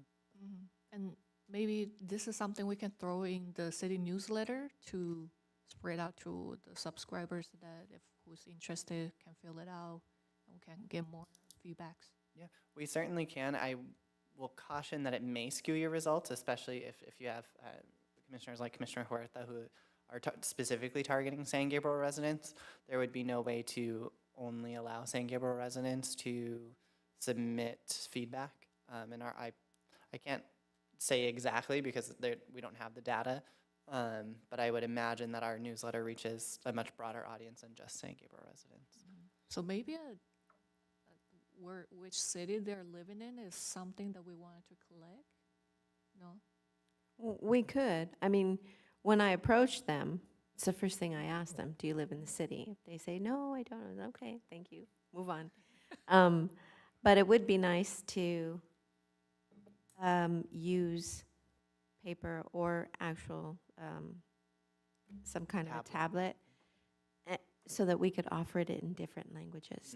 Not that I got a lot, but I did get a handful of people, a handful of Spanish speaking, and I was able to help them fill it out, but I think we should offer that option. Great. Yeah, Spanish, Chinese, Sure. Vietnamese. Is the tool we're using right now can provide? I believe that's an upgrade, but I would need to double check because I don't have a definitive answer. I'm hoping that we can just translate the whole web page and it should suffice, but I'd have to get back to you. Maybe that's where having the tablet and actual paper with you And I would know- help. I know the web browser app I have on my phone, it actually allows me to translate. Mm. I think Google. Well, has that Google option, you does, can do but that. we're talking about SurveyMonkey. So Just test it out and see if it works. But if it's on the webpage on Chrome, Google can translate that. but Right. it's not on our But the webpage. Google thing has to be embedded in that web. Mhm. I think just the browser itself, it Yeah, the allows browser. you to do that. Yeah, but can you send us a link so we can test it out? Of course, of course. I like your recommendation to keep it off of the mailer or the grapevine. Newsletter? Yeah, the newsletter, keep it off of that, and let's just stick with polling people. I think for me, it was really good to get conversation going with them, because they give you a little, you capture all the nuances beyond what's the question is. All right, and 5B, identify community leaders and organizations to offer additional resources. I think that's Commissioner Huerta mentioned last time. I can't remember, did I? That happened last year. We did sort of talk about that, though, in terms of identifying sponsors for some of the events. and I think it's programs. kind of incorporated into that, right? So it's kind of like we want a more like action goes on our work plan, so it won't sound so vague, and we will actually see how we're achieving it. So let's just cross it out and then leave it with 1B, I think, right? Great. And utilize social platform to reach various audiences. Utilize the WeChat social media. This part I actually talked with our Clara about it, and she's doing a good job. And Instagram, I see we're doing a lot of videos, and then like getting more and more like nicer videos. Yeah. Yeah, her and her team are great and have kind of developed a really good system to push the information out. So I'm sure you've kind of seen the transition on all of the social media platforms. Unfortunately, the amount of times that can be posted on some of the platforms that reach the Chinese reading community are more limited than our other social media platforms, but she does what she can with what's provided, or the limitations that are kind of set on those. So I would recommend taking that one off unless there's a specific area that the commission thinks could be improved. I'm thinking if we can incorporate this with 1C, that let our Chinese translation intern to help her with the translation. Sure. Because I think mainly right now he's working on the senior services program. But this one is more like general information. Are we just targeting WeChat, or are we also looking at Line? Right now, Different Chinese communities will use I'm different. only looking at WeChat right now, but feel free to chip in any other like methods you want to take advantage. Different Is that one? communities will use different apps. So Okay. Taiwanese community would use a different app than WeChat. WeChat is much more mainland China specific, even though, their people will use various apps as well. Okay. Do you know what those apps are by chance? I think Line is one of them. Okay. WhatsApp, Line, the Latino community. WhatsApp. But can you do advertisement on WhatsApp? I I don't think thought I so. saw that you could follow. You Really? can follow people. You can follow organizations. They call them channels. Okay. Interesting. And then the other one was it Line? Or? Line, Line. It might Okay. just be a messaging app, though. I'm not sure if you can do marketing on it. Yeah, WeChat was a messaging app as well, but I don't know, they must have just introduced Transitioned. channels. And then one thing is like for people using Line, right? Do they most of them speak English or they relying on Chinese? Because I know for sure those people they speak Chinese, and then that's why I was targeting. I'm not sure in response to your question. But we can keep thinking about it and talk about it next session. Yeah. So would the commission like to keep it on there, or would you like us just to communicate with the other departments with regards to kind of seeing if it's feasible to make those happen? I'm sure that there's limitations as far as the staff time since it's only a team of 2, but potentially they may, see the benefit in being able to tap into those different audiences that way and be able to actually execute them. Maybe just add this one to 1C. Okay. We can remove it from this section. Great. So you're moving D? C, C. 5C to 1C. You're moving it over to 1C. Yeah. So the intern can work with Clara on it. And 5D, cross-promote programs through various city departments. Utilize police department's neighborhood watch to disseminate information. Is something we wanted to keep on? Well, I think we have a booth at Neighborhood National Night Out, don't we? Our department's been trying to do a better job of making sure that we're disseminating information to local nonprofits or other departments that we think have a newsletter that, ties in with what they're already promoting. So just as a note there. So do we need it? Do we keep it? I think we can remove it. I think so too. And then I don't even think they are doing the neighborhood watch meetings. Unfortunately, I can't speak to that. Sorry. I'm subscribed to the police department, but I didn't see the meeting. I begin getting a lot of the Temple City neighborhood watch meeting notice. So in terms of this item number, I would like to add an item, which is, let's think about our registration system for city programs. Sort of we talked about earlier about sort of how hard it is to get enrolled in swim classes. It's a cumbersome process. And I know we've looked at it before, but could there be an outside review, as well as for, registration system for the summer camp that's offered by the city? So really registration for all programming. All programming, yeah. Mhm. So that would be a pretty substantial budgetary impact. Would you want it to be where it's recommending council approve the release of an RFP for a new registration software to address XYZ concerns? Okay. Just lay out some options for city council. Great. Because that would be a big item. Okay.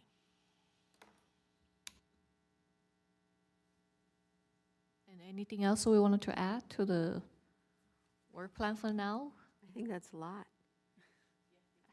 I think we removed a lot. We did, but it gives us fewer items to go a little deeper into. Focus on. Yeah, we've called out the ones that we don't need to focus on, and we can have more attention to these others that way.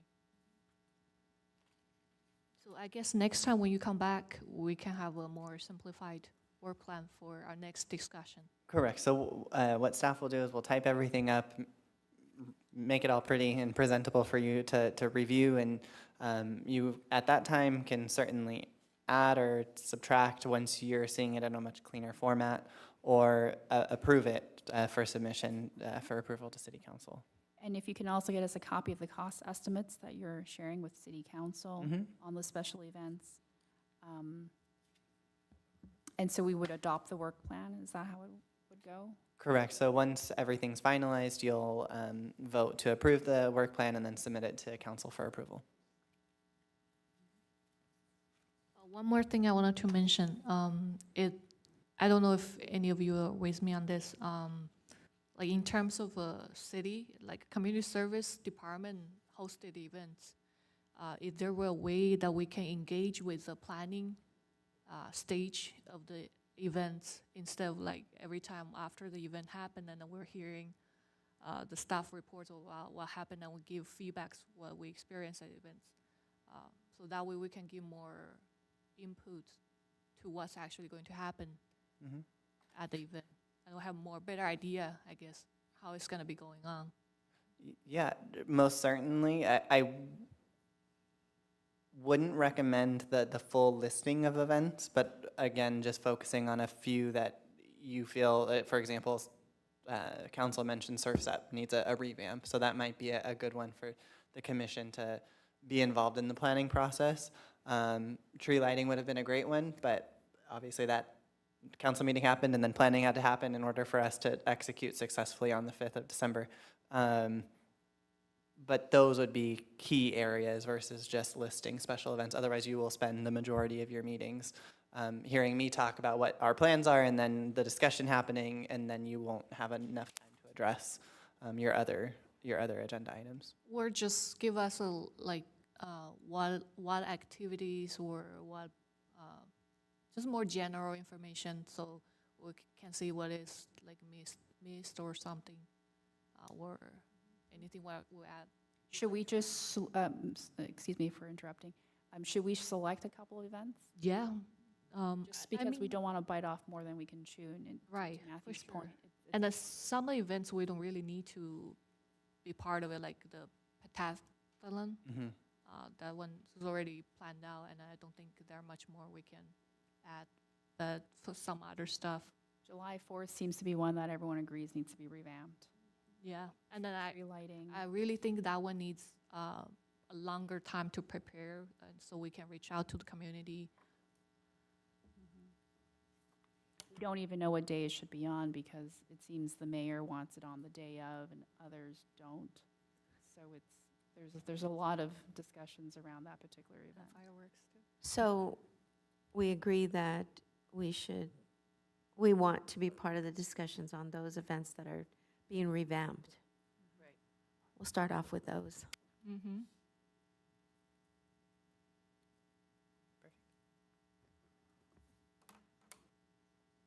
Okay.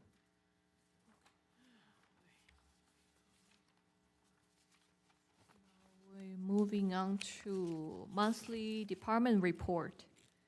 Staff will present the monthly department report pertaining to departmental programming. So we had in the older adults, we had a senior dance, which was with the theme of Moonlight Glamour. We had two of our stellar staff working on it, Jackie Villa Fossil, our recreation specialist, and our senior recreation leader, Desiree Gomez. They did a phenomenal job of executing it. Other members of the team found ways to kind of cut costs and duplicate rental equipment that was already there for weddings over the weekend. So the whole department kind of teamed up to make sure that it was a success for the seniors. So I was very happy to see the staff working together in unison and really teaming up in areas that weren't necessarily things that they directly oversaw. We were hoping for 60, but we landed at about 60 as far as participation.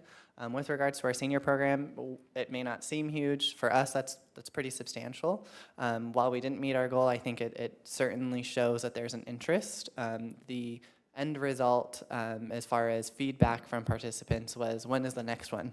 So for us, that's definitely showing that they were engaged and liked what was put on and want it to happen again. So now it's up to us to find how we can kind of reallocate funds to make it happen, so in that way we don't lose momentum. So we're looking at potentially doing one again in February to keep them interested. The initial thought was annually, but I don't think that that's going to quite meet their needs and expectations. So staff will be looking to see where we can kind of pull funding from to make that happen.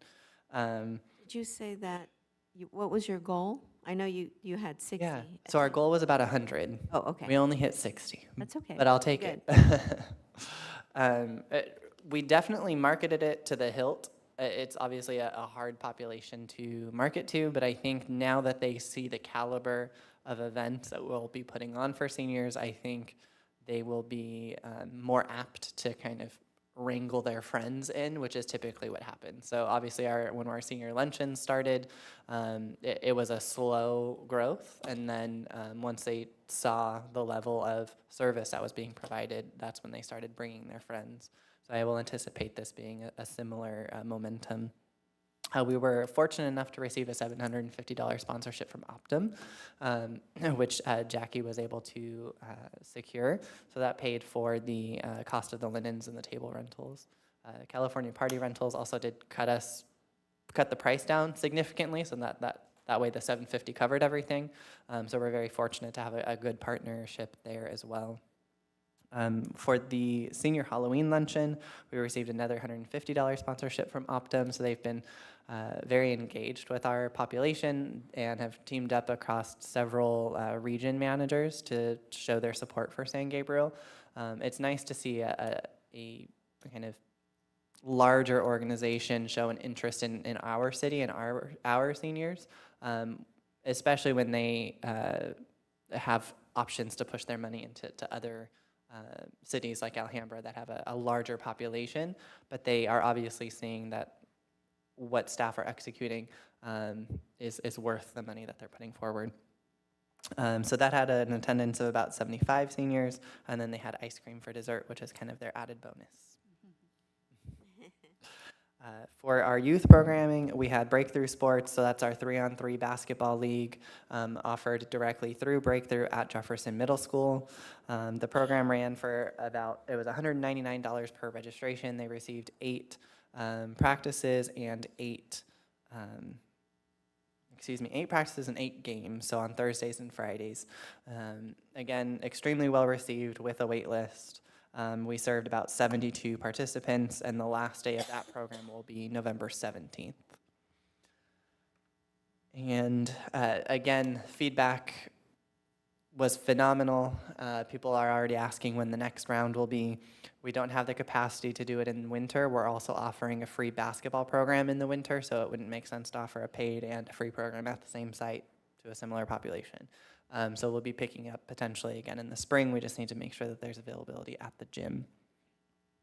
For special events, we had our Fall Fun Festival from 5 to 9 with our costume contest. So thank you to the commissioners that took the time out of their day to participate in judging the costume contest.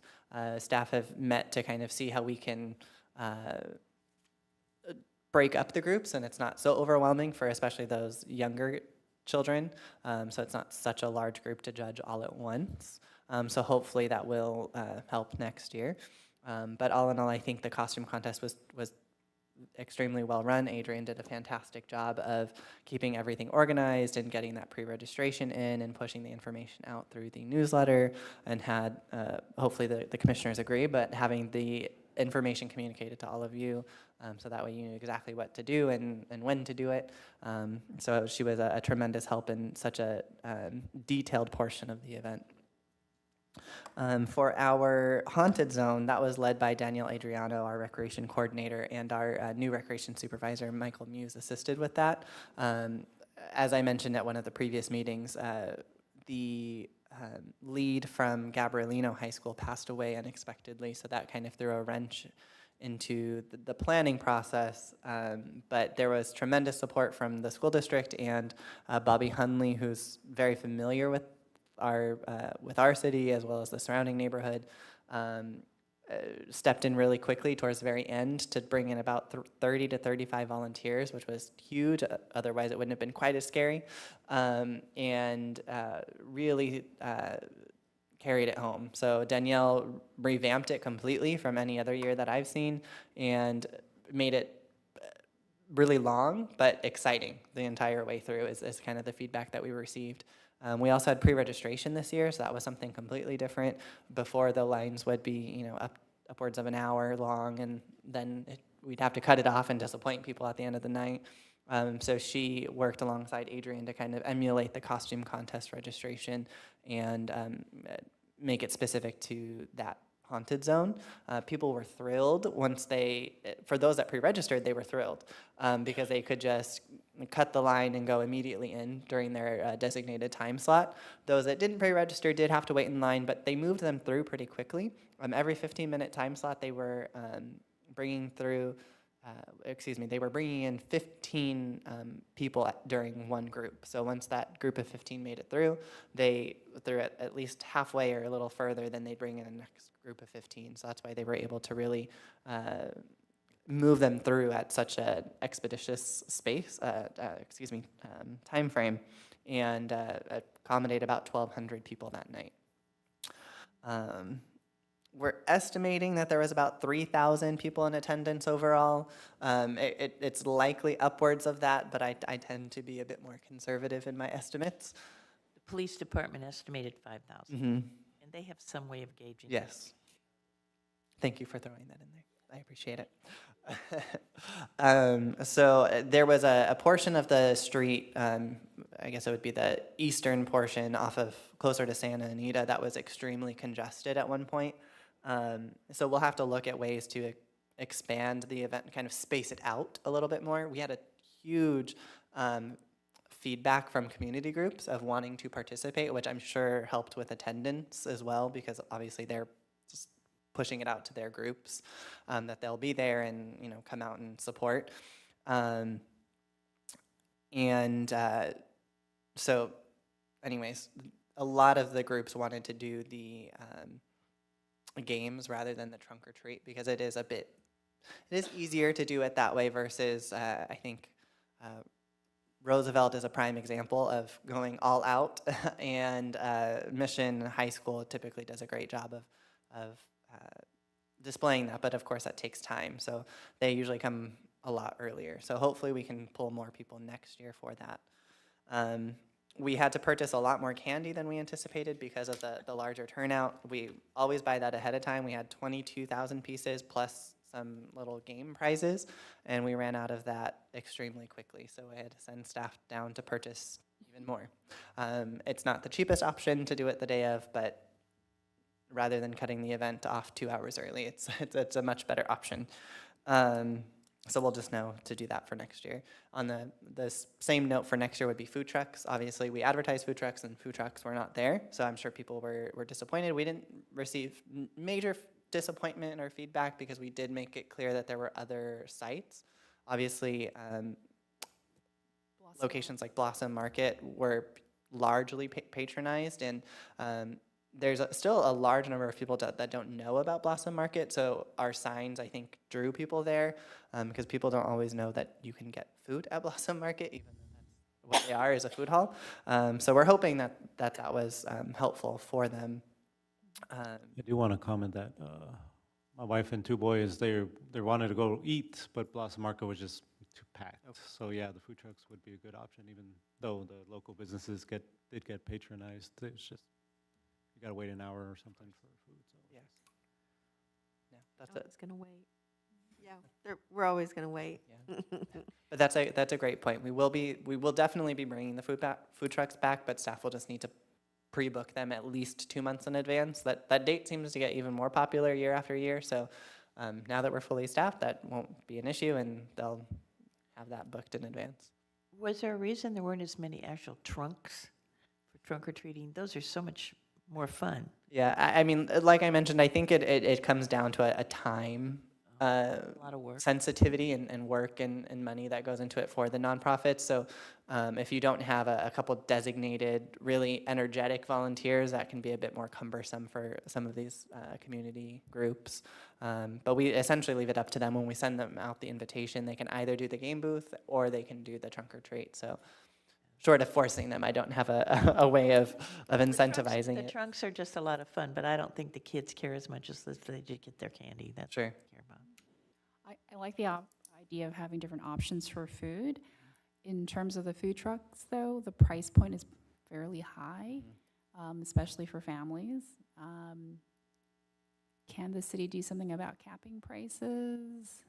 Unfortunately, we can't. We can certainly try to locate more affordable food trucks, which we try to do. We don't always hit that mark, but we certainly try to keep that in mind.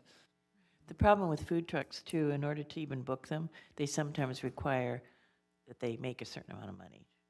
Because we used to try and book them when we lawn bowling and say, well, can you guarantee we're going to, well, no. And if they don't think they're going to make a lot of money, they just won't bother. They'll go someplace else.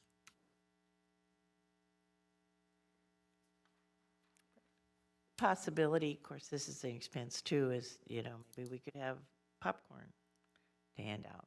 Something that's not expensive, but Great. hand out that to the kids. We had a popcorn machine before. Yep. didn't we? We still do. Some popcorn, something inexpensive, and yet they still get a little bit of a snack besides just candy. That's great. For something like this, maybe we can reach out to the local business to have their food booths come out as well. I remember from last event, I forgot, dumpling and beer, I think, like local businesses were charging like $200 to go participate, but while the food trucks, they don't have to pay anything. And then in addition, they have to pay for the health exam and all that. So totally like $400, $500 expenses on their side. Does the city have to comply with Correct. health, the LA County Health Department? Correct. So That there's becomes the challenge of, if we put a booth out there, you got to comply with the health department. Whereas a food truck has to come with insurance and with Yeah. meeting all the city requirements. It's just really difficult, I think, in our experience with the fiesta and with the festival.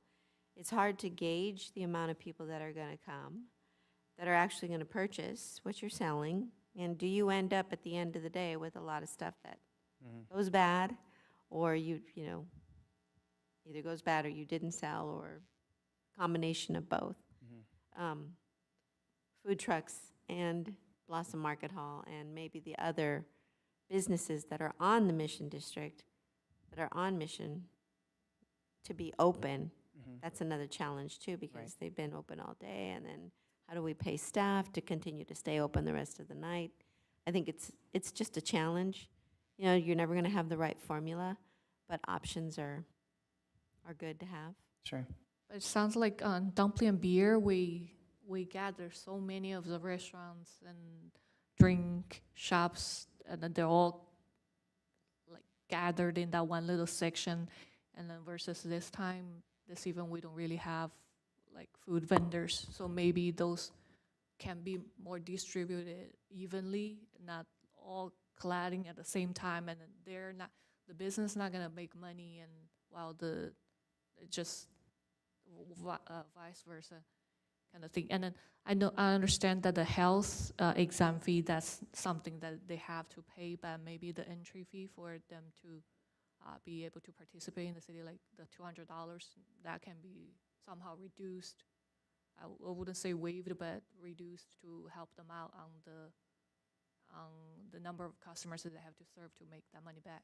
Sure. I'm not exactly sure. I'd have to pull on community development to see how they came across that dollar amount to charge the booths. I will say that there, with the booths, there's the county fee for the health permit. That's like an overarching permit. And then there's the cost of the rental equipment for each booth. So the actual canopy plus the sides plus the table and chairs that go in that are an additional cost that you wouldn't incur with a food truck. You also have to have a wash station, which we don't have in-house. We rent that for that, so that's a pretty hefty ticket item. So for dumpling and beer, or Lunar New Year for that matter, where we have these actual food vendors in the booths, it makes it worthwhile to rent those equipment because you're spreading that cost amongst a multitude of vendors. If you were to only have 3 at a Fall Fun Festival, for example, that cost, we'd be pushing it back to them, which would essentially make it higher. So it'd be more difficult to cut the cost down to the actual vendor. We can certainly look into it and see, how low can that actually go? Like the city isn't interested in making money, but by providing an additional option to the community. So we can certainly meet up with our teammates in the city and see kind of what other options there might be. Thank you. Of course. So now I can kind of understand why we're always preferring the food trucks. Go ahead. Excellent.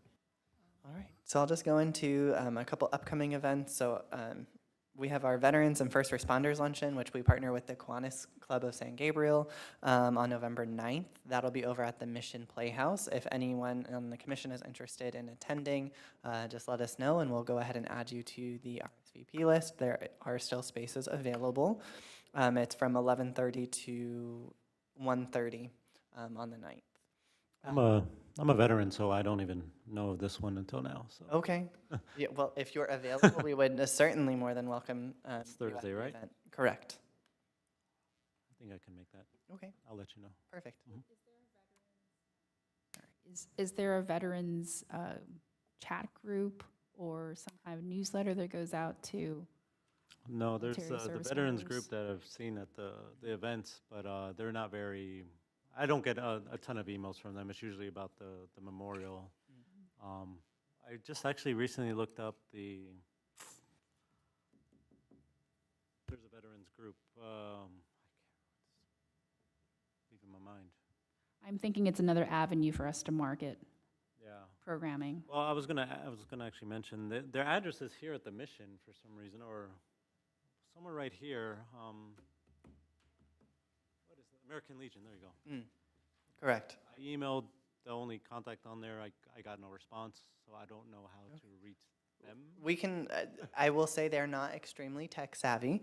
Okay. It's one of our older community groups in the city. They've been with us well before I started, so Okay. it's an older group. So I can certainly pass along your information if Yeah, you'd because like. I had no idea there was one here until I looked online. I only knew of the Alhambra one. They're a little more active social media wise.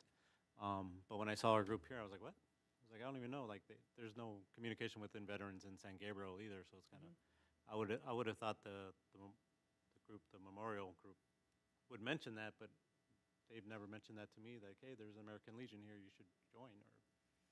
So I don't know. There's kind of a disconnect within the veterans, I think, Sure. locally here. So, and I know some veterans that live in San Gabriel that don't even know of anything going on veteran-wise here. So, yeah, if you can give me that information course. or have them respond to my email. Yes, not a problem. Yeah, I'll give them a call and Okay. connect you both. Thank you. Of course.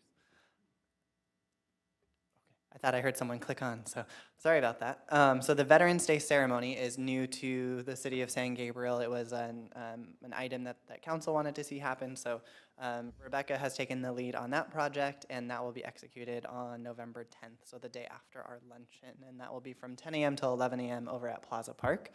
It will consist of a couple of dignitaries speaking, a couple of patriotic songs will be sung at that time, and then we'll have 2 veterans speaking at the very end as well, and kind of sharing their experiences.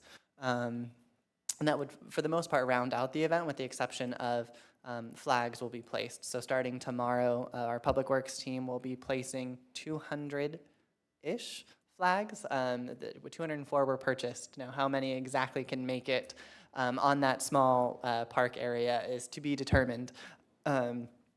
But they are large, 10-foot tall poles and they're 3x5 flags.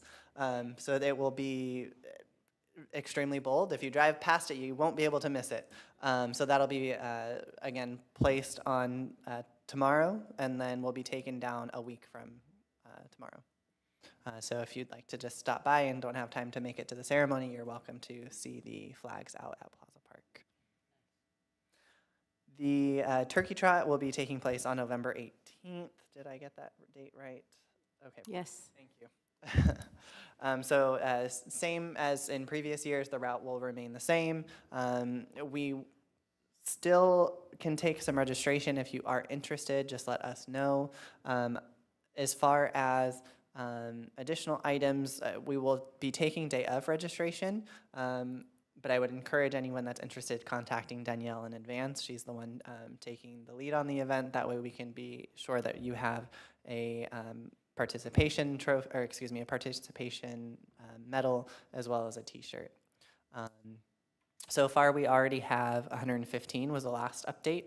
As far as pre-registration, last year's event, even after day of registration, was 115. So we've already, I'm sure we will well exceed. My goal now is 175 for Danielle. So hopefully we hit 175 after day of registration, but only time will tell. December 5th is our holiday tree lighting event. For those of you that have been with us for a while or have lived in the city for a while, you'll know that it's kind of looked the same for several years. That was one of the events that council has directed staff to re-envision, and that's just what we've done. Michael and Danielle have taken the lead on the event, and we've met with our San Gabriel mission rep, Commissioner Huerta, to see how the commission can, the mission can play a role into the event and tie in, so that way we're not hosting it right in front of the mission without highlighting the mission. And so we'll be having a much more extended light show for the stage area, which is right in front of the museum. And so we're bringing in a contracted company to put that together, so the Playhouse will be working directly with that company. So we're excited. There should be some snow falling effects and things to really jazz it up. And we have 2 groups confirmed so far, and as well as the marching band should be there, the San Gabriel High School Marching Band. So it'll be a much more robust just in that alone. There'll be a trackless train that'll be circling in front of City Hall. And there will be a taste of San Gabriel. So we're marketing it as a holiday tree lighting with a taste of San Gabriel. And what that means is there will be local restaurants that will be doing little tastes of what they have to offer. For example, El Pavo will be doing their pan dulce, so they've typically donated it for the event, but they'll be staffing their own booth and giving that out to the public directly. But they're mini conchas compared to what you would normally buy. So that's what we're hoping other restaurants in the city will also emulate. We have a couple of people that are already interested and on board, but Danielle will be reaching out this week and next week to really solidify everything. But again, our goal is about 15 for this year, which I think is a bit ambitious for our city, but fingers crossed that we'll be able to make that happen. Everything else is confirmed and locked in. We're just needing to do that additional reach out to the restaurants. Tree lighting and Santa stay the same. Correct. Those are really highlights. Yes. So our Public Works team is putting up bigger and better ornaments this year and more lighting on the tree. And Santa's location will be a bit different, and we'll be really amplifying that as well. And additional lighting on him, so that way the take-home family photos show up better than last year. I think they turned out okay last year, but given kind of the resources we had and the budget we had, but I think with this new company, that should really be a Okay. showstopper. Sounds good. So you're moving Santa Claus, but what about the line for Santa Claus? Are we The using- line shouldn't be as much of an issue, but the line will be able to wrap in it'll go into the Mission parking lot. So that entrance into the Mission Elementary parking lot, it can kind of snake that way, so in that way it's not as cumbersome. Mhm. Correct. But I think that year we did, I think last year we did where they get like 3 on 1, but they will only get one 4x6 photo to take home, and that seems to move the line much quicker. Okay, yeah, the line is fairly long. Mhm. It's a very popular part of the holiday tree lighting. Just going back to Turkey Trot, are you still looking for volunteers from one of us? We would certainly love volunteers.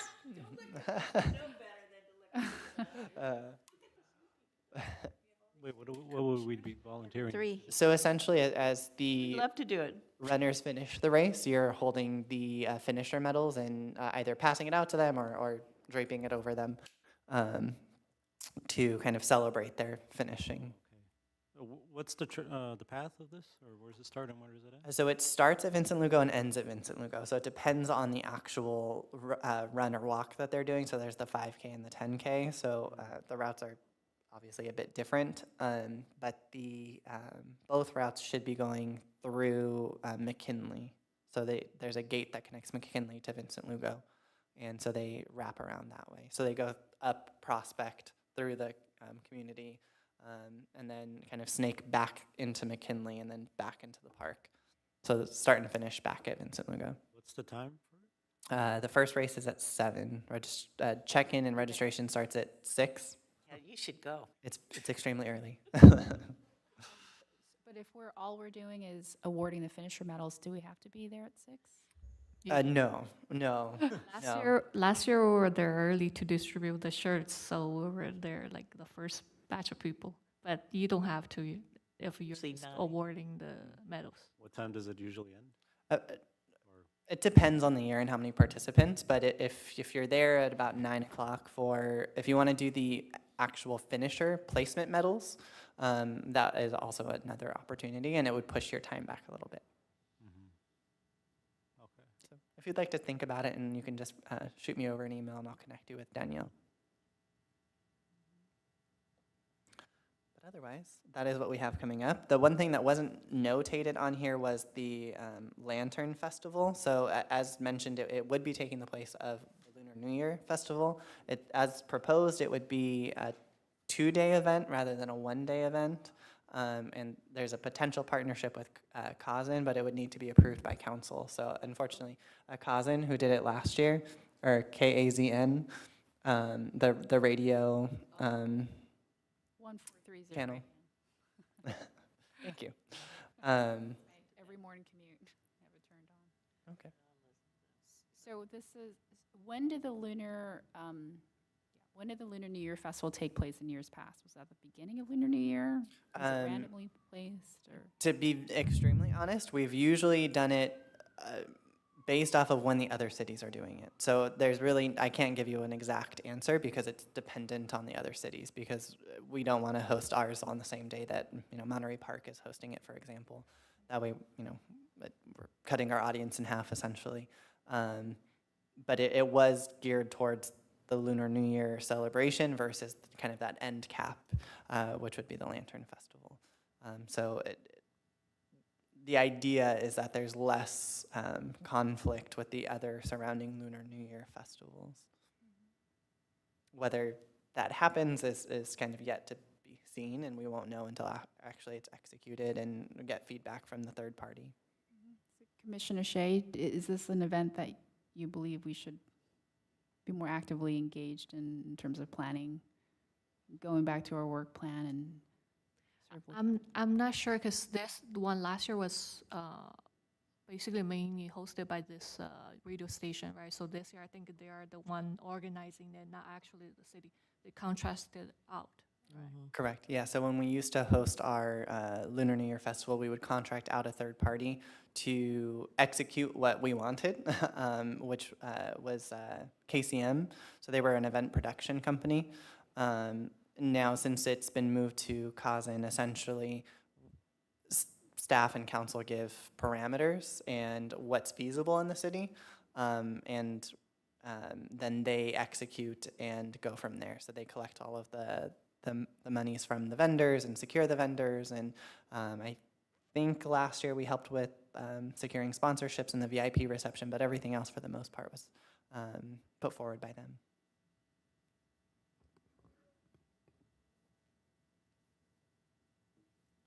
So is there anything for us to do in terms of Lantern Festival because it's such a big event for the city? I would love to say yes, but because of assuming that the partnership gets approved by council, there wouldn't be a ton for the commission to be involved with. Okay, moving on to commission reports. Each commissioner may address the Community Service Commission and public on matters of general information and concern. This is also the time for commissioners to report on conferences and meetings they have attended. Let's start with Commissioner Cabot. Okay. I did go to a few things last month. I went to a Kiwanis meet and greet at Ogopogo Brewery. I don't drink beer, but it was a very nice gathering. And they had invited Kiwanis people from other cities, so they had quite a few from Pasadena, and I'm not sure where else, but it was very lovely. I also attended the Fall Festival, and I wore a costume, and I want to say kudos to the judges. Your costumes were very cute, by the way.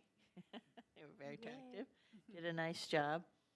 And prior to that, I attended a fundraiser for La Casa, which is, if you don't know, I think most of you know, it's a preschool for low-income, primarily Latino families. They also have food banks, and they also try and help people in that area find resources. They're a wonderful resource for that community.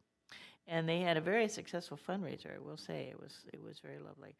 So that's all I've attended, and I don't plan to attend the turkey trot, as Matthew knows. I had good intentions in the past, but when I have to get up on a Saturday morning, I don't want to do that. So that's all I've done. Vice Chair Dong? I attended the Fall Festival. I thought it was well run. The line for the haunted zone was really short. It, really well thought out.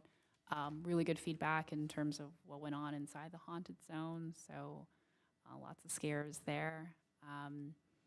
Costume contest was really fun too, and I just thought that it was an overall good event. Yeah, trunk or treating wasn't much of a thing, I think, this year. Might be because we're in the post-pandemic phase and it's not really necessary anymore. But I thought that all the activities that were offered for the kids was, that it was well run. And I like to see the same programming for next year. There's nothing I would change, actually. In terms of the turkey trot, I would like to volunteer. Just sort of let me know what time to show up. Happy to, help with the finisher medals, and if you need me to hand out T-shirts too, I'd be happy to do that. It sounds like for holiday tree lighting, there's nothing that you require from us in terms of volunteer participation. In years past, the lines to sit on Santa's lap was very long, so it would be good to see how this, sort of the different pictures they are offering. Yeah, hopefully that moves things along a lot more quickly. And I actually, in terms of decorations, I love it when kids have their own decorations for the tree. So I actually don't have any problems with the way it looked in the past. Obviously, new decorations, new ornaments, it's always a good thing. But I also like it when I think students from San Gabriel School District participate in decorating their city tree. I think that's an important sign of civic engagement for the community. That's it.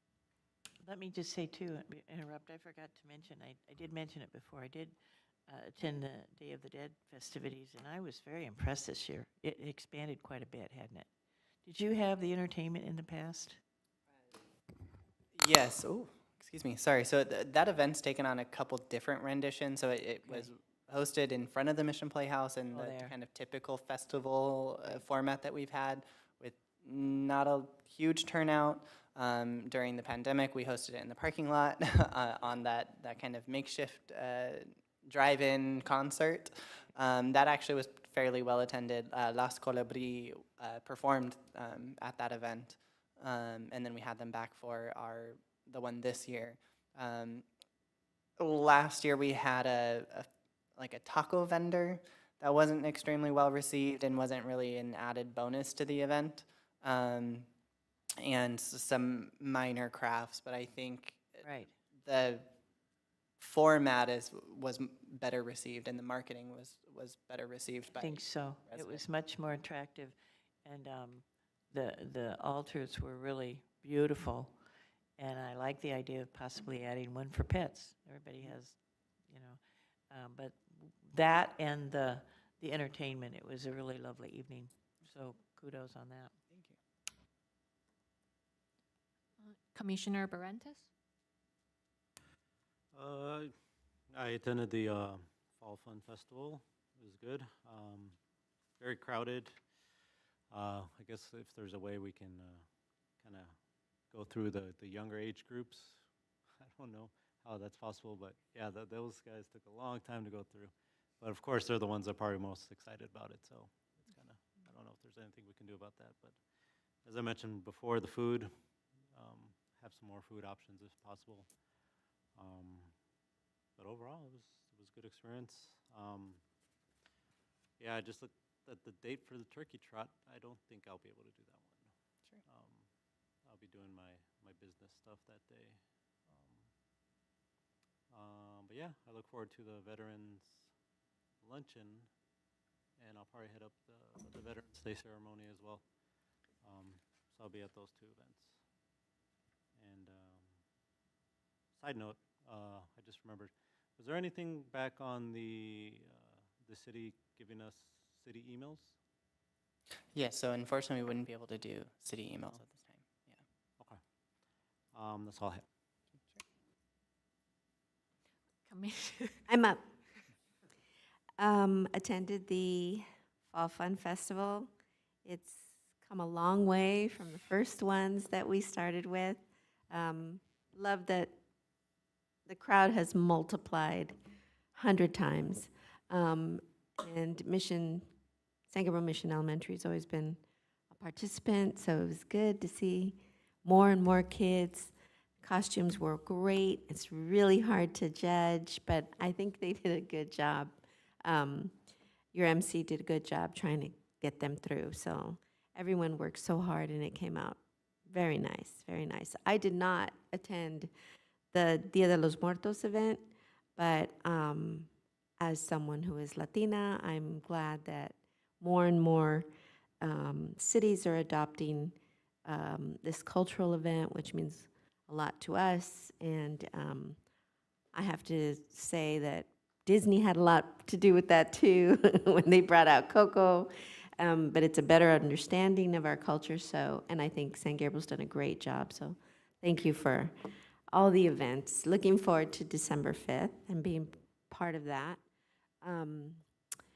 I want to give feedback on the transportation issue. I think I've mentioned to you before that I have a neighbor who is legally blind, and he's been calling my husband a lot because there's some glitches that need to be worked out with the system.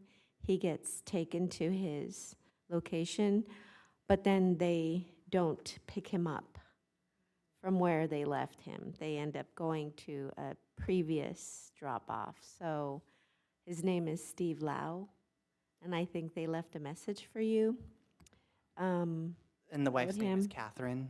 Yes, Yes, I spoke with her, was it yesterday or today? Today's Monday, so today. Yes, and took in all of those concerns, which are 100% valid. And so unfortunately, there wasn't anything I could do to fix Sure. them, but certainly things that we can fix overall. It won't happen tomorrow, but it will certainly happen, hopefully within the next couple of weeks. Yeah, I think that's just critical. I mean, in our conversations with him, my husband had already prepared him when we were going to extend the service to be prepared for situations like that. Of course, it's bittersweet, Sure. right?